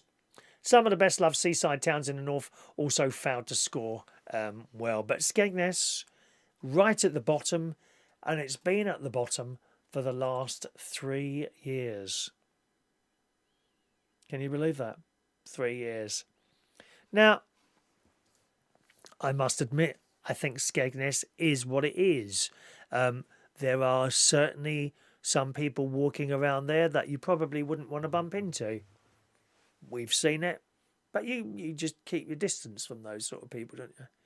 The beach is okay. We were on the beach yesterday, and at the end of the day, the children had a marvellous time, which is the most important thing about it all, isn't it? We go to Skegness generally once while I'm up here. We have chips, usually in the trawler's catch. Now, we went in the trawler's catch last night, me and my nephew's family. Last time we came up here, we went to another chip shop called the Sea View. And I think the time before that we went to the Sea View as well, because the trawler's catch was closed. And we enjoyed our food in there. It was nice. The chips were kind of chip shop chips, quite nice and soft, a bit moist, shall we say. Maybe that's the oil, I don't know. But they were nice. But last night we went to the trawler's catch, and I have to say, for the first time, I didn't over enjoy the food in there. In fact, I'm usually given extra chips, usually by my sister or the children who don't eat everything that's on their plate. And you know what I'm like? I can't bear seeing food wasted, so I just shove them in my mouth. And I enjoyed them. Not last night, I didn't. The chips were dry. They were quite dry and completely tasteless. The beans, I only have chips and beans. The beans are what they are. But I had a pineapple fritter as well, and that looked a bit smaller. That looked smaller than it usually was. That being said, it seemed to be cooked properly and all that. But the chips were not nice, and I don't know why that was. And in fact, even Martin said the same, and Stacey. They didn't really enjoy the food in there last night. So I think we might be moving our custom to the Sea View, which is round the corner, which is nowhere near the size of the trawler's catch, but it's a little bit more sort of off the sort of main road. It's kind of down the side. And you can sit in there, but it's a much smaller restaurant. I think we might go there next time. But we're a little bit disappointed with the trawler's catch yesterday. Anyway, just going back to that story there of the Skegness thing, when I was telling it on the telly tonight, and I thought, oh wow, what a shame that is, Skegness being the the lowest down the list of popular beaches. But then he said, we're now going to talk to the Deputy Mayor of Skegness. So I'm waiting for this old codger to come on. And lo and behold, a lovely young man appeared. Look at him. There you go. That is the Deputy Mayor of Skegness. Yes, please. Look at that cute little face. Don't you want to kiss that all over? And he's got the young lad hairdo type thing. He can't be any more than about 26. How has he managed to become deputy mayor of Skegness? So hopefully, I think we should have a meeting with him. And I should bring him in here one night and interview him. And then afterwards, perhaps I can serve him a dinner. And you never know. My luck might be in. Perhaps I'll be given the key to his bed, the key to the door of Skegness to get in. Huh? Do you want to have another look, ladies? That's all right, isn't it, eh? Yes, please, we'll have some of that. Thank you very much to the BBC for that photograph there. So, talking of Skegness, let's show you the video of our time in Skegness. Once again, I'll be talking live over it, so I don't know how that'll work out. But here we go. Olivia's birthday in Skegness. This is after we've had our dinner in one of the arcades there. Harry and his dad play the old air hockey, Pac-Man edition. There's Stacey in the background there, looking bored. There's my sister and Martin, great niece Evie. Some sort of like basketball thing. They win tickets here to collect a prize later on, you see. There goes my sister. That's it, girl, come on. Some sort of water cannon game type thing there.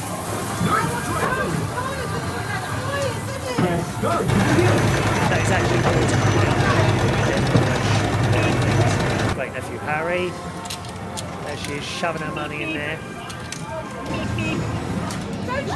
Now these are great. Spinning bumper cars. £2 a go.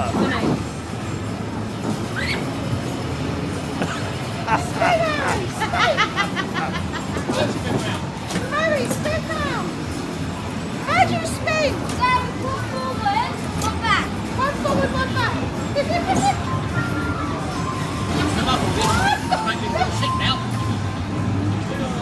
Get her, Harry. Go on, Harry. Spin round, Harry. Get her. Go on. Go.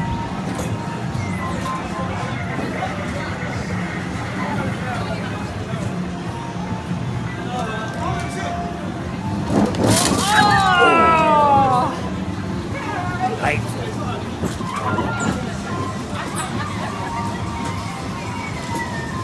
Go on, get her.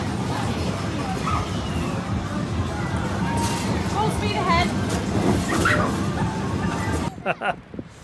And then on to the beach. That's looking from the beach at the rides and attractions there. And you're going to love this. See all the electric windmills out there making power. Harry got extremely wet. And Stacey had this idea of throwing some roses in the sea to celebrate Olivia's birthday, who would have been 7 today. And then Martin, brother-in-law, had the idea of putting the roses in the sand, which I thought was a really good idea. And you can see them all there. I had 2 to put in as well. I didn't put mine with the rest of them because I wouldn't get my feet wet. You'll see mine in a minute when the camera pulls out a little bit more.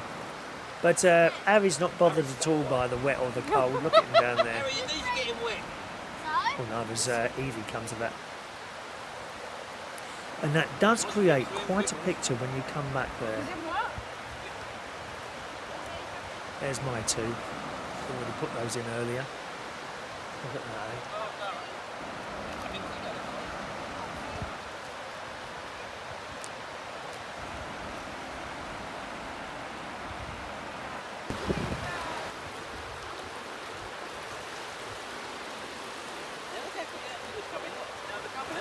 Beautiful. Beautiful.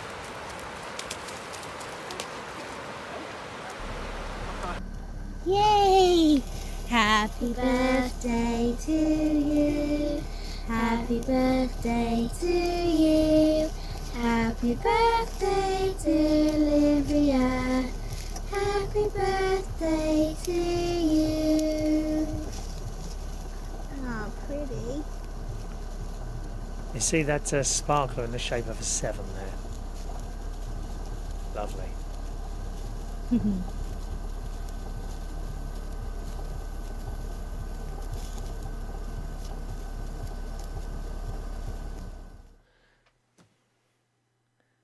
And that was our time in Skegness yesterday. All right. Greg says, no TV, just a radio. I'm not a big TV watcher anyway. Oh, as in when you're in the gym, you've got a little radio in there, have you? Yep, okay. A lot of people, the lads and the girls in there, they've got earphones on with their own music and what have you as well there. Thank you. John says, what are your views on the UK entry for Eurovision this year? I think the Ukraine will win. because of the sympathy vote. I think we might pick up a few votes this year. It's never supposed to be political, but you know it always is. I think we might get a few votes this year simply because of the amount we've been helping the Ukraine. So we'll see what happens there. Our song, I don't think it's that good. What happens if you're on any of those Eurovision sites is that the UK entry is released and then everyone says what a great song it is and it's the best one we've had for years and all that, and it doesn't do anything at all. You know, I think it's a pretty average song. I don't think it's all that, to be honest. So that's my view on that. What about you, John? Do you like the UK entry? Do you know what? Should we open the phone lines and see if that works tonight? Hang on a minute. Let me just give me a second. I've got to do things.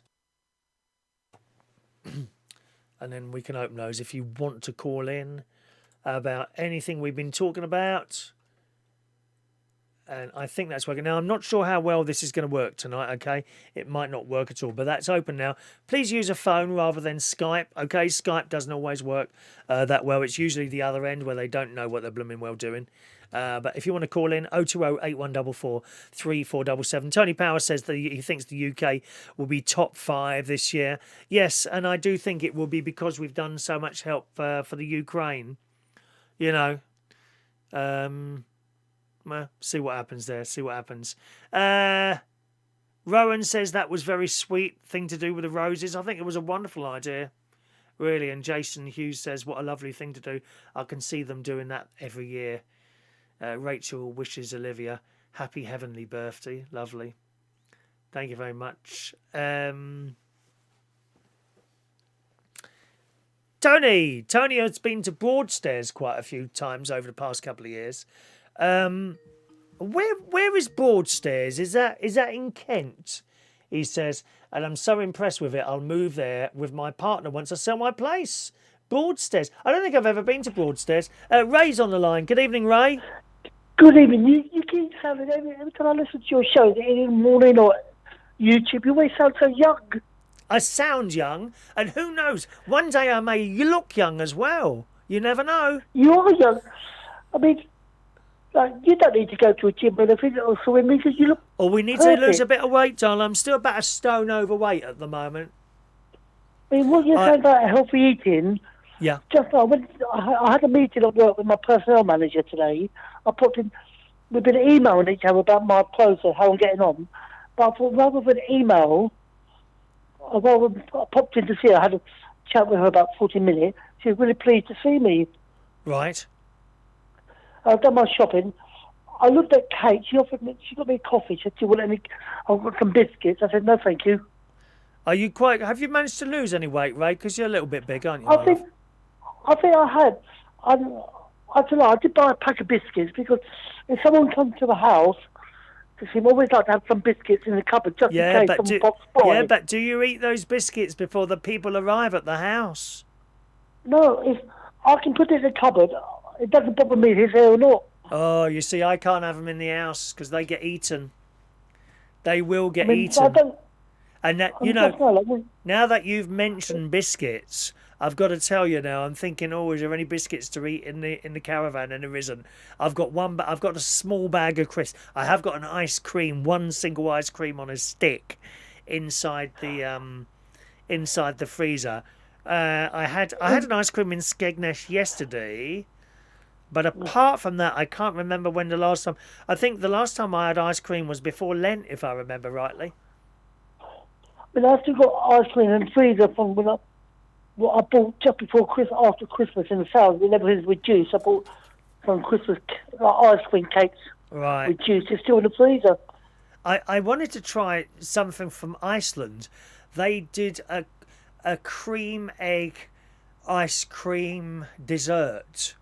Unfortunately, I don't have an Iceland near me. Funnily enough, my sister was at an Iceland the other day. I should have asked her to pick me some stuff up, but yeah, I completely forgot about that. They put a lot of calories. Put 2 very sweet cream eggs and not much. It's too sickly cream eggs for me. They are very, very sickly cream eggs, but very, very delicious, Ray. I'm not going to be tempted because it would be no good for me. So Correct. Like today, like, I have a carer twice a day. I help him prepare my meal. So I had a tin of soup, some bread, and a yogurt for my dinner. Okay, can you knock the bread out? I only had one slice. Doesn't matter. Can you knock that I had- out, do you think? Not really, because I haven't eaten properly since morning. What did you have for breakfast? I had cereal and one slice of toast and Right. yogurt and fruit. Right, so that's 2 slices of bread now you have in a day. What about dinner? Yeah, that's it. Well, when I had my lunch, I just had fruit because I had plenty of. I buy those big balls of fruit, so I had that and a tin of soup for my lunch. Okay. No more bread. Have you managed Well, to I feel- lose any weight at all, Ray? I'm back at the GP tomorrow to see the nurse for the leg, so I'm going to ask to check my weight. Yes. I feel slimmer because my t-shirts are getting. My t-shirts, what I'm worn for ages, are getting. I can fit into some of them now. What? Then you must have lost some weight, darling. But because I'm not drinking now. Good. I'm on occasion, I might have 1 can of beer a week now, Yeah. compared to about 4 what I used to drink, Yeah. and I feel healthier for it. I don't think 4 cans of beer in a week is too much. I think But that's okay. You know what? I used to drink not every day, but like on the weekend, if I wasn't working, say like today was my day off, I would go out and drink a lot. Yes. But no, I can't really go out much places. It doesn't bother me. I went out for a meal on Monday with my cousins to a local Indian restaurant. I had 2 pints of beer there. That would do me now to a weekend. Okay. You remember when you used to come into the Black Cap 25 years ago? Maybe on Yeah. a Saturday night. How many drinks would you have then? So you If would have I was been... at halfway, if How- I was at Central or anywhere like that, I would drink more than 2. More than 2. How old are you now, Ray? I'm 54 now. I'll be 55 in the summer. 55 in the summer, are you? Okay, so 55, 45, 35. So when you was about 30, that's when you... I must have known you for 25 to 30 years now. Must have done. I think I first met you at a Black Cat, then a Champions. Mm. I think you were the Champions in Notting Hill. That's right, yeah, we did a little... I think Tuesday night in there, didn't I? A Tuesday or a Yeah. Thursday 70s and 80s disco. Who was the old black guy in there? What was his name? Do you remember him? He was a nice man. I can't remember. Oh, There've been so many. he was a lovely man. He must have been about 55 then, so he must be in his 80s now. He was a lovely man. Can't think of his name now. Yeah. It's Yeah, funny, that was a like good Earls little Court, there's place, nothing- wasn't it? I mean, around that area, West London, there's nothing much around Earls Court now. No, I don't think there was anything, is there? In Earls Court? I think I think you got Coholmes, not Coholmes. You got the Clones. I think there's the bookshop. Clones. Yeah, but don't know that's a what it shop. is. There's no pubs, is there? Not anymore. There's no There like used to be gay one pubs near- there anymore. Well, And there used to be one just outside the station on the main road. There used to be a TARDIS outside. A what? There used to be a police box on Earls Court Road. Right. You know, on the main road with shops. Well, I used to work in Harpo's, didn't I? And Club Copa Yeah, when I DJ'd. yeah, that's what I mean. There's a big police box right Yeah. outside. Yeah. Oh, they were days, But I weren't used they? to go. I can't Yeah, believe I that used they to had go- all those pubs there in the sort of 80s and 90s, and one by one they just all closed down. Sad, really, how it's all changed. But that's just There one of used those to be things. another Isn't one it? I used to go to, just before the cemetery. Oh yes, that was across the road as well, didn't I? Did you walk in there at night? Did you? I used to go to daytime. God's sake. Nice to Very talk to you, interested Ray. in there. Have a nice evening. And you visited Japan. Lots of love. Bye bye now. There we are. There's our lovely Ray calling in, bless his heart. Tony Power remembers Harper and Louis, Chris, the real days. Yeah, I mean, I wasn't there when it was Harpo and Louis. I was just there when it was Harpo's, Tony. That was a great place to work. But I've got to tell you, Tony, I found it really hard there. And you know how it is when you're like an entertainer of any sort. whether you're a huge big star on a stage or just a little man doing DJing in a little local pub. And I would finish there and get in my car, and I would have had such a tough night trying to get some sort of reaction from people. I used to cry in the car on my way home. I found it really hard, that job, but I was determined not to give up. It's true, Des. Jason's on an apple diet. Who said cider isn't good for you?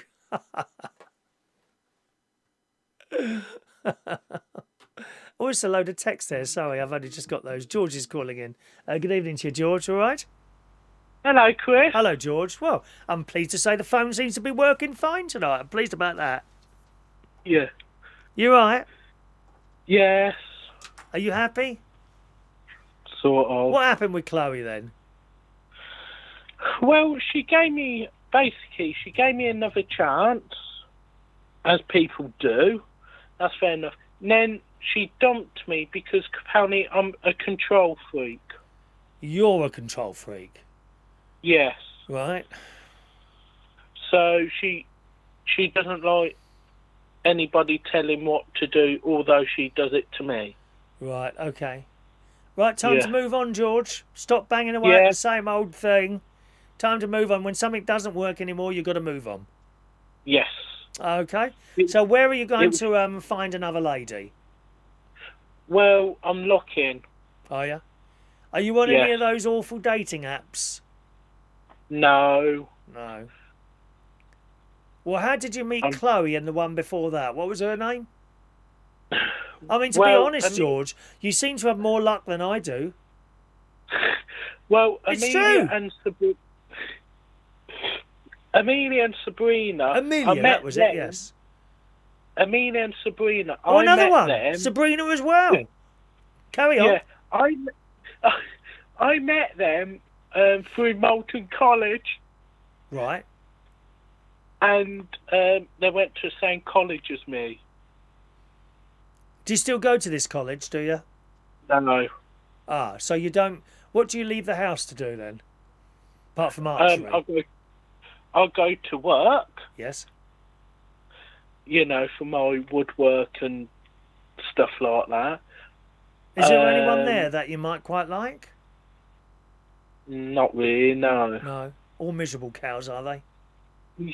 Yeah. We don't want to see someone who's miserable, my darling. Just move on, my love. Yeah. Right, so that's out of the question. Where else do you think you might go? I'm just basically on the group and I'm just sitting back waiting for a girl to go, oh, I fancy you. Oh, right. Do they usually come to you then, George? Yeah, that's how I met Chloe. Oh. No one seems to come to me. Don't know why that is. Talking about coming to you, I was bored the other day, so I went to one of your YouTube channels and I went to when you first started YouTube. Oh, right. Yeah, you look different. Well, of course I look different. It was like 15 years ago. Here, listen. This, I believe, and I was talking to my brother-in-law about this, I believe that I do the longest running chat show on YouTube. That is just on YouTube. You can't include like BBC shows and American chat shows that have been on for years and then put their stuff on YouTube. This is exclusively on YouTube. I think I'm doing the longest running YouTube chat show. Thank you very much. It's all very well these people who are ahead of YouTube and thousands of subscribers, but who's been here the longest? Me! And look, I'm still here. Not dead yet. Fantastic. Yeah, I used to do a long YouTube thing until I got told to come off again. Yeah, you were saying. Was that your nan? No, my sister. Well, tell her to get lost then. Start again. You don't do what your sister tells you, do you? My sister tries that one on me and it don't work. I go. Yeah. I might try and use Twitch for a change. No, I wouldn't bother, mate. Twitch. I don't know anyone that watches stuff on Twitch. I do. Have you got a Twitch, George? Yes. Oh, me too sometimes. I don't really notice it happening. No, seriously. And I've started to use Facebook Live now. Yeah, that's another one. That's a good one. Yeah, Facebook Live. Okay. I've started to use that. Twitch. You can also use, Twitter. Is there a Twitter live, is there? Yeah, Oh, I didn't even know that. I've just gone back on Twitter, actually. yeah. What's my Twitter name? Hang on a minute. I had to open a new account. Hang on. What's my is it a Twitter new- name? I think it's... How would I know what my name is on Twitter? I don't have any followers at all. Here are DJ Chris Reardon. At DJ Chris... Yeah, at DJ Chris Reardon. That's my Twitter name. Okay. Have you written that down? Perhaps you'll become my first No, follower. Are you going to become my first follower? Profile. Yeah. Hang on a minute. Let me have a look. 0 followers. I can't even find Twitter. Oh, it just gets worse and worse, doesn't it? Yeah. Oh, I hang don't on. know if I've got a you've seen notification. Elon Musk has added me to his good news list. What's that? What's the bloody good news list? Hang on, let's put that on. Good news. I've decided to randomly choose 1,000 new followers who can participate in the biggest crypto giveaway. What the hell's that? I don't even know what that is, crypto. That's very confusing. What is it again, Chris? Eh? DJ Chris What's your Reardon. DJ Chris Reardon? Have you done it yet? DJ DJ Just Chris do it, Reardon. DJ. All one word. Chris. Quickly, you'll become my first follower. Let me see if I've got any followers yet. No, still haven't got any. Quickly, are you going to be my first Chris one, George? Reardon is- Quickly. Come on! Have you done it yet? DJ. Not yet, Chris. Chris. Christ, we're only on till 10, George. Oh, aren't I brown? Look how brown I am. I'm really brown now. The sun's been out today. It's been lovely. Oh, It's been wow. lovely watching them work. Doing all the work. I've still got no followers, George. Haven't you done it yet? What about now? Nope, still haven't done it. My phone's playing up. Eh? Ah, my phone's playing up. Oh, God.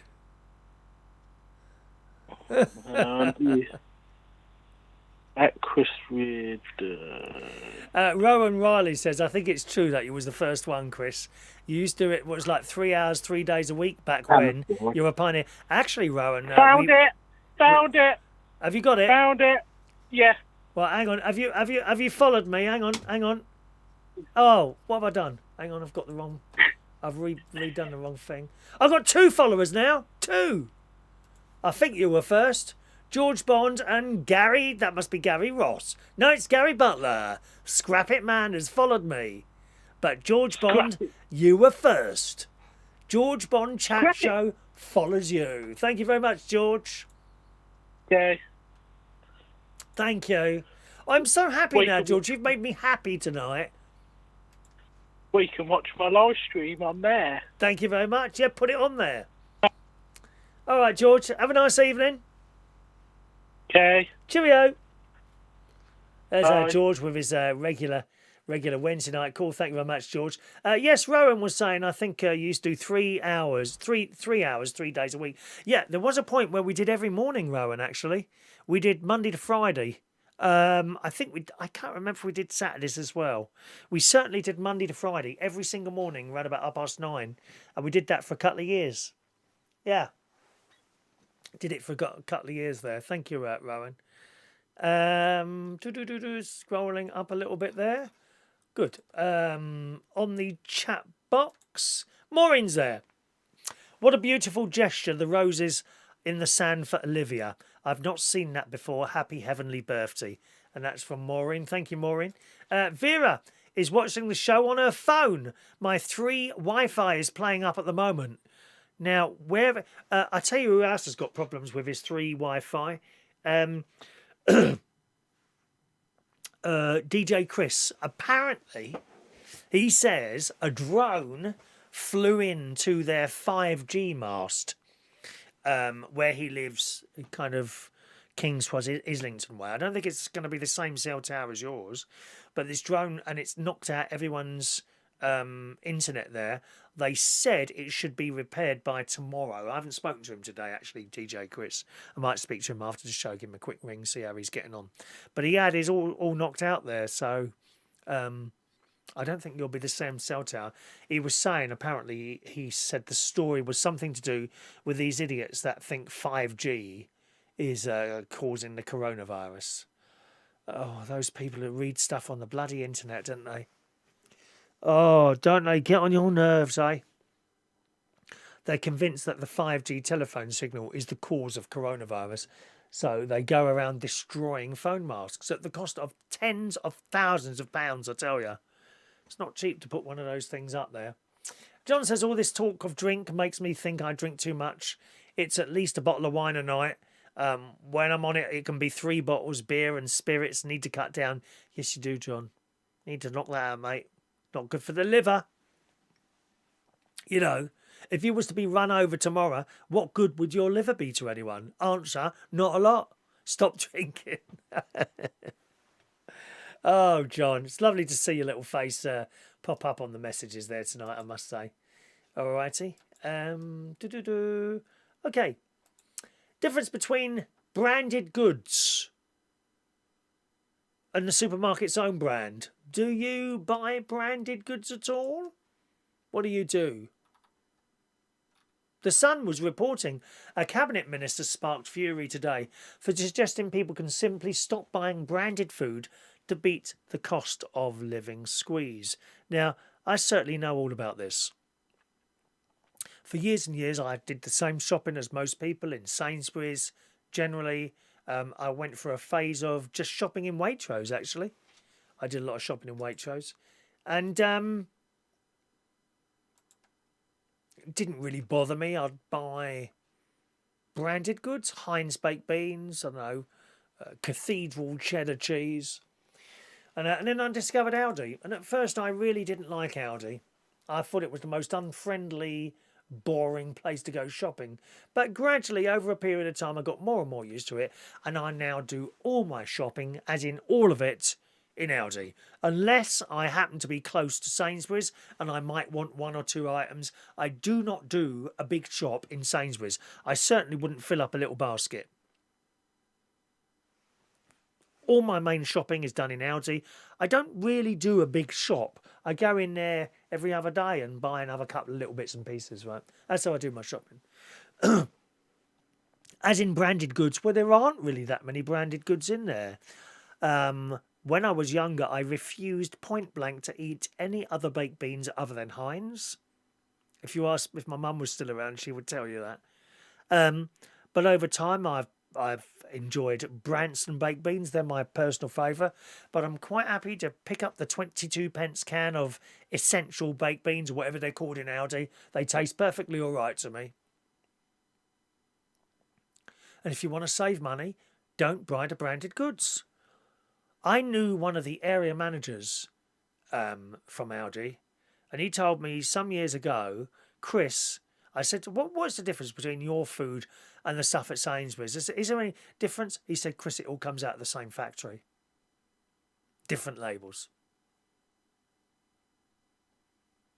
Environmental Secretary George Eustace said that British people could manage household budgets by swapping to supermarkets' value ranges. But his tip was cold comfort to hard-pressed families already doing that and everything else to save. That would include me. And still struggling to put food on the table. Well, I'm very lucky. I don't struggle to put food on the table. If I really wanted to, I could put all my heating on and not have to worry about it. But I'm a person who doesn't like to waste things. I won't put that heating on unless I'm really cold. That's how I was brought up. You know, don't waste things. Even David Attenborough, he says that. You mustn't waste anything. Turn the lights off. There are no other lights on in here other than the lights in this little room here. I've got smart plugs on a load of stuff. The telly's on a smart plug. Okay? So to turn the telly off, I talk to Amazon. Amazon, TV off, and she turns the telly off and any other boxes connected to it that might be bringing in a signal from the aerial. Turns it all off. Actually, just before I came up here to the luxury Waterside Media Centre, I had this same discussion with my mate.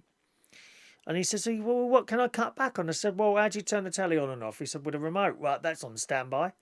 That needs to be on a smart plug. Now, bear in mind, smart plugs themselves use electricity, but much, much less than having your telly on standby. I think it's something like half a watt. Okay. And I'm going around the house thinking, well, what else could I cut back on here?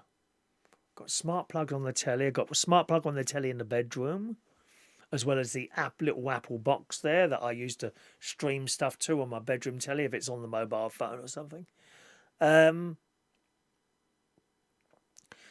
then just before I left, I was in the Mirrorball Studios, where I've got computers, screens, and all that. And I turned the computer off, and I think computers, I don't know if they draw a power to keep them going. I'm not quite sure about that. But nevertheless, they are plugged in, and if they're plugged in and it's not like a physical on-off switch, it's a push-button thing. So I thought, well, maybe that's drawing some electricity. And then, of course, I realised there's 2 monitors in there. They're on standby.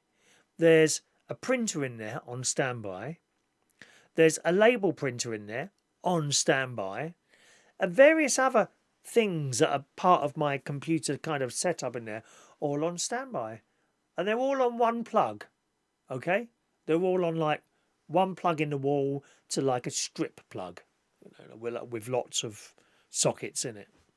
And all these things are plugged into that. And I thought, well, they must be drawing energy as well. So I've now put a smart plug on those as well.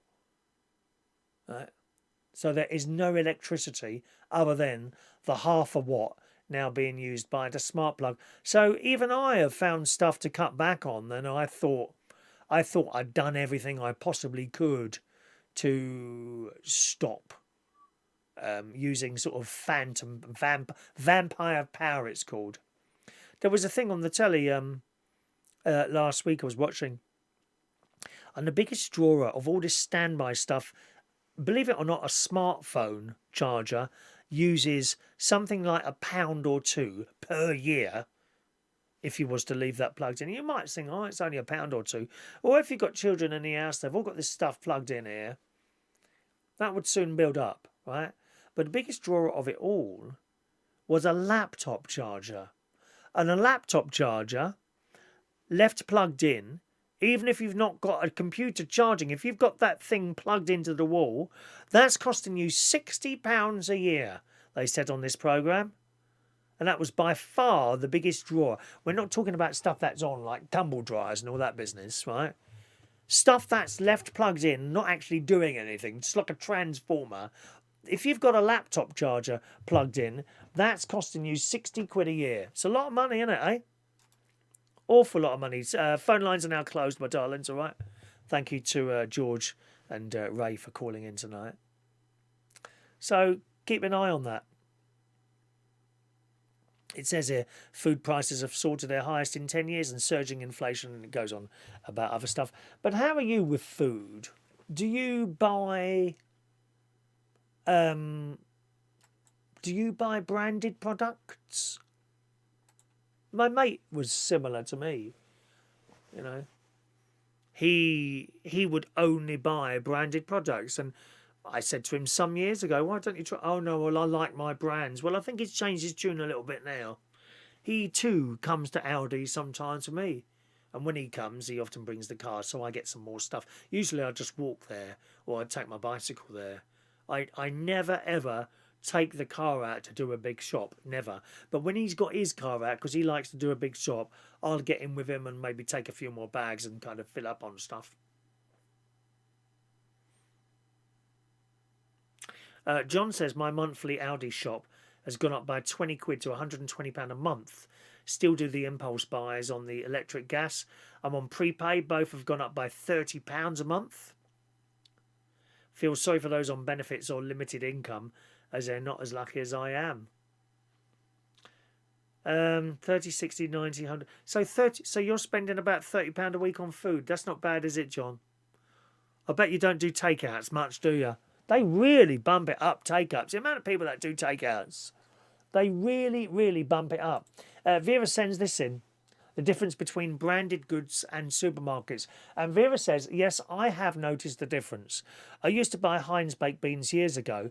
Now I buy Sainsbury's baked beans. Also Tesco's too. I've recently discovered Asda's own brand, which is so tasty, not the basic ones. They have far too much salt and sugar, but the next level up, which is still cheaper, of course, than the branded ones. It's not about saving money for me, it's about the sugar and salt content. So you have to watch that as well, you know. They're talking about the sugar and salt contents and the fat and these take-out foods. But even like, you know, when you say you're cooking yourself... When you say you're cooking yourself, same as me, does that mean you do potatoes, you do vegetables, and then you open a box of burgers? Well, you haven't cooked those yourself, have you then? You haven't made them yourself, so probably that's where your salt and sugar is, in those burgers that you've just opened from a box, whether it be Lindsay McCartney or Birdseye. If you want to do burgers without salt and sugar, I'm afraid you're going to have to make them yourself from scratch. From bits of chopped up vegetables and eggs and things. Something I haven't done that before. I must try making my own veggie burgers. I bet they'd be really nice as well. Anyone tried doing those?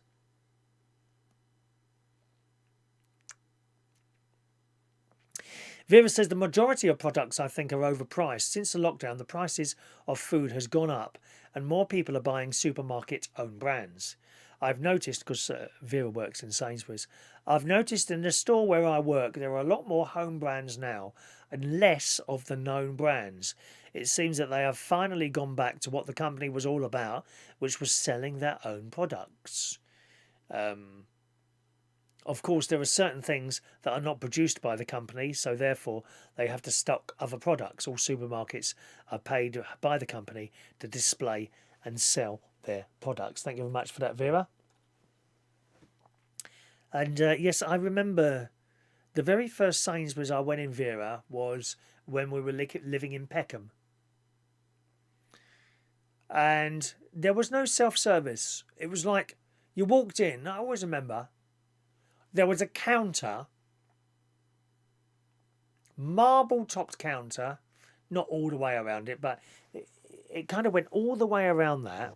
And all the foodstuffs were behind the counter, okay? And then in the middle was another counter. And if I remember rightly, that I think the butchers, the people selling meat, they were there in the middle, I think. And each section, I think, had its own cash till thing.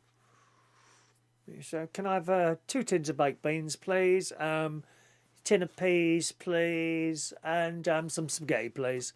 And you'd collect that and you'd pay for that and then move on to the next one. That's how it worked then. And certainly where the meat and the fish was, that was definitely a marble counter made of marble. No self-service. I mean, nothing could get nicked either. I would imagine a lot gets nicked from that self-service checkout. I know that you've got like cameras and things on it, but I reckon the supermarkets must lose gets a lot of stuff nicked from these self-service checkout things. Okay. So look there. Gary Ross says he was addicted to Coca-Cola a few years ago. Yeah, so was my friend Adam the plumber. He lost all his teeth, or a lot of his teeth, due to Coca-Cola. They all went black, dropped out. Anyway, Gary was addicted to Coca-Cola a few years ago, but got off it. And the Boost Energy drinks, I still take 4 of those a day. I've cut down with a lot of drinking water. Yeah. Yeah, I mean, I tried those Red Bull. I think I used to drink Red Bull in a pub. And I'd have several of those while I was DJing. But And I would always brush my teeth when I got home, but the next day, my teeth used to feel like all the enamel had been stripped off them. It was horrible. Horrible there. Hello to fun things to do with tech. Blimey, you're a bit late, aren't you? We should have finished 5 minutes ago. Never mind. Better late than never, eh? Better late than never. Derek Martin's hello, Derek. Derek says, in my experience, a lot of own brand goods are made by the main big companies anyway. I think you're absolutely right, Derek. I'm sure they are. They just put a different label on, don't they? Okay. Oh, there we are. Tony Power's gone to bed. Good night, Tony. He says, good night all. I like to shop at Lidl. Yep, I do Lidl these days. Poland is his strong each way bet for Eurovision this year at 33-1. Poland song. Okay, I'll have a look at that. Do you know, I think I've got £5 or £10 in a betting thing somewhere. Hang on, let me see if I have. And if so, I might just put it on your Polish one because it's just sitting there doing nothing. It's been in there for ages. What was that? It was a bet on something and it didn't happen, so they refunded the bet. They're pretty good at that betting shops, aren't they? eBay? No, not eBay. William Hill, maybe? There it is, William Hill. Hang on. Let's see if I've still got that fiver there. Or it might even be more than that. Okay, let's roll. Oh, log in. Oh, username. Oh. Don't I have the app here? Hang on. I thought I had the app on here. William Hill? Well, it's there, but it's asking me to log in. Oh, I'll have a look at that later. I thought I was already logged into that. There we are. Okay. Oh, yes. I have to tell you now, I have now seen the film Downton Abbey at the cinema. Not going to tell you what's in it. It would spoil it. Go and see it. It's wonderful as always. Wonderful as always. There's a bit of sadness in there as well, I got to tell you. There's a bit of sadness, but there's a really good twist in it as well, which you will love, but you'll be sad as well. And that's all I'm saying. Please, please do not read up on these newspapers that tell you what's going to happen in the film, because it will completely, totally spoil it for you. Just go and see the Downton Abbey film. And we went to see that, me and my sister actually, at the cinema. I may well go and see the film again with my mate because I said I was going to go with him. And I'd quite like to see it again. I don't often go and see films. Let's do blank screen. Blank screen. Stay there. Stay there. Blank screen. And back to camera. Yeah, that's something to do with the... That's actually something to do with the computer, that reason we sometimes lose the video, but one of those things. Yeah. What was I saying? Yeah, I think I'm going to possibly go and see the film again with my mate if it's still on by the time I get back. But you will love it. The scenery, the house and all that business. And we went to see it in the cinema in the woods. And I have to say, what a well-behaved, attentive audience. That's all I can say. We're sitting there watching it. And of course, being Downton Abbey, the old lady, Violet, she comes out with some cracking one-liners. Some cracking one-liners, as she always does. The writing in it, I think, is absolutely brilliant. And it's quite nice to be sitting there with an audience who are on the same level. That we were all of an age. You know, there weren't many young people there at all. And we were all laughing along at the same time to the one-liners. And the sad bits in there, it went deadly quiet in there. No one was misbehaving. There was no shouting. And you know, at the end of the film, me and my sister, I so enjoyed going there with my sister, just her and me on our own. I bought in some crisps and a box of Maltesers, funnily enough, which she had given me for Easter anyway. So I had those and a bottle of Lucozade, I think, and we bought a cup of tea when we were in there. They don't rip you off for the food in there either.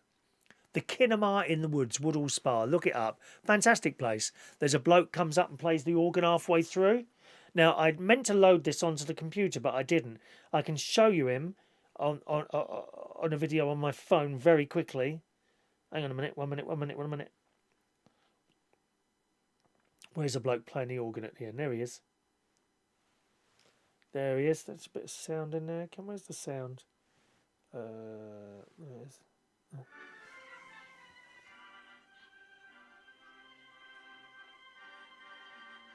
There he goes. Bloke on the organ. Hang on. There's a bit more where you can see the stage. There we go. So that's the kinema coming round there.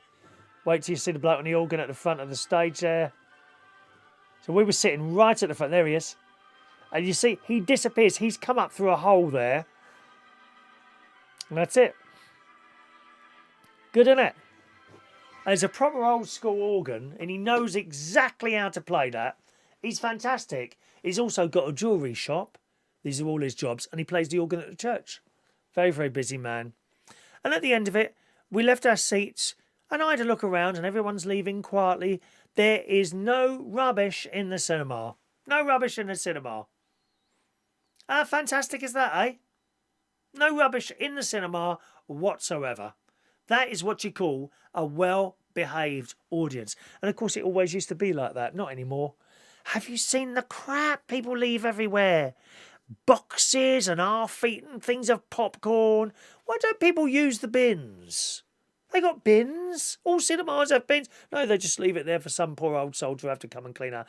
Although it has to be said, that's now created another job, you know, so.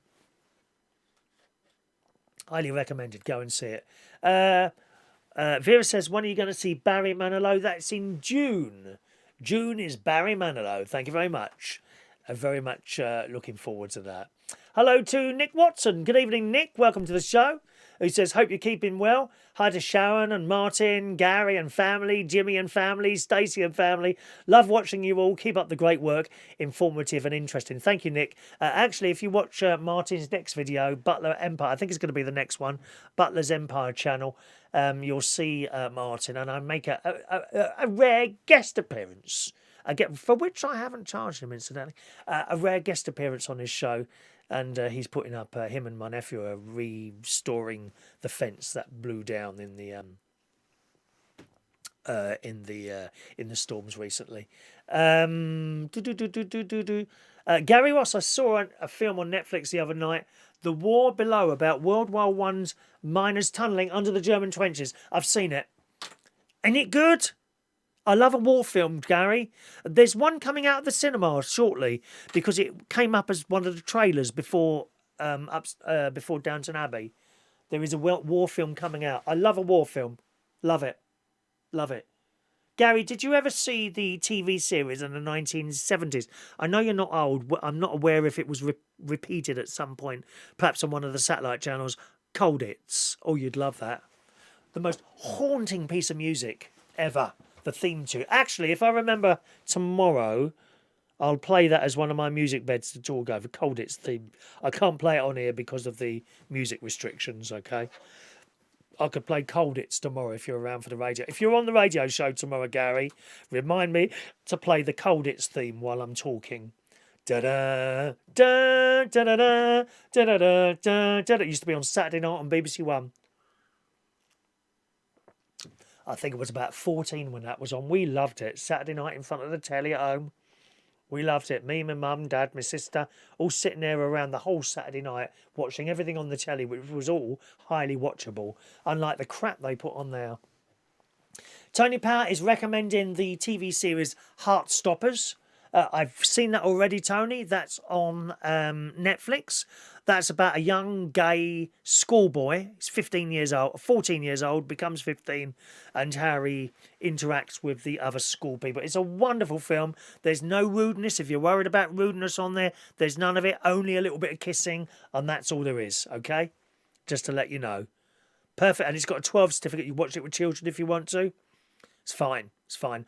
Heartstoppers on Netflix. Fantastic. Really good series. Okay? Odds checker. Thank you, odds checker.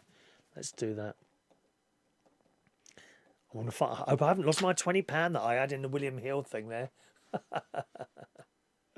There's people talking about the bleeding football in here. Gary's going to try and get up in the morning. It's very disappointing. Have you seen Maisie, the documentary? No, I haven't seen that. What Tony's talking about there is Maisie. Maisie Trelette, who is the UK's oldish drag queen, and I've worked with her many times. Not recently, it has to be said, for a few years, but she's the most wonderful character. She really is. Am I thinking she's 90 something now? Maisie Trillette. I remember her doing an advert for one of the watches, possibly Seiko or one of the dearer ones like Rolex, and I think she had drag on or something like that, and she had one of their expensive watches on, holding it like that, and the caption was "No ordinary old timer." It was what a great advert that was. Maisie Trillette, goss. Michael's going to see Downton Abbey on Saturday. You'll love it, Michael. Don't worry, I'm not going to tell you anything about it.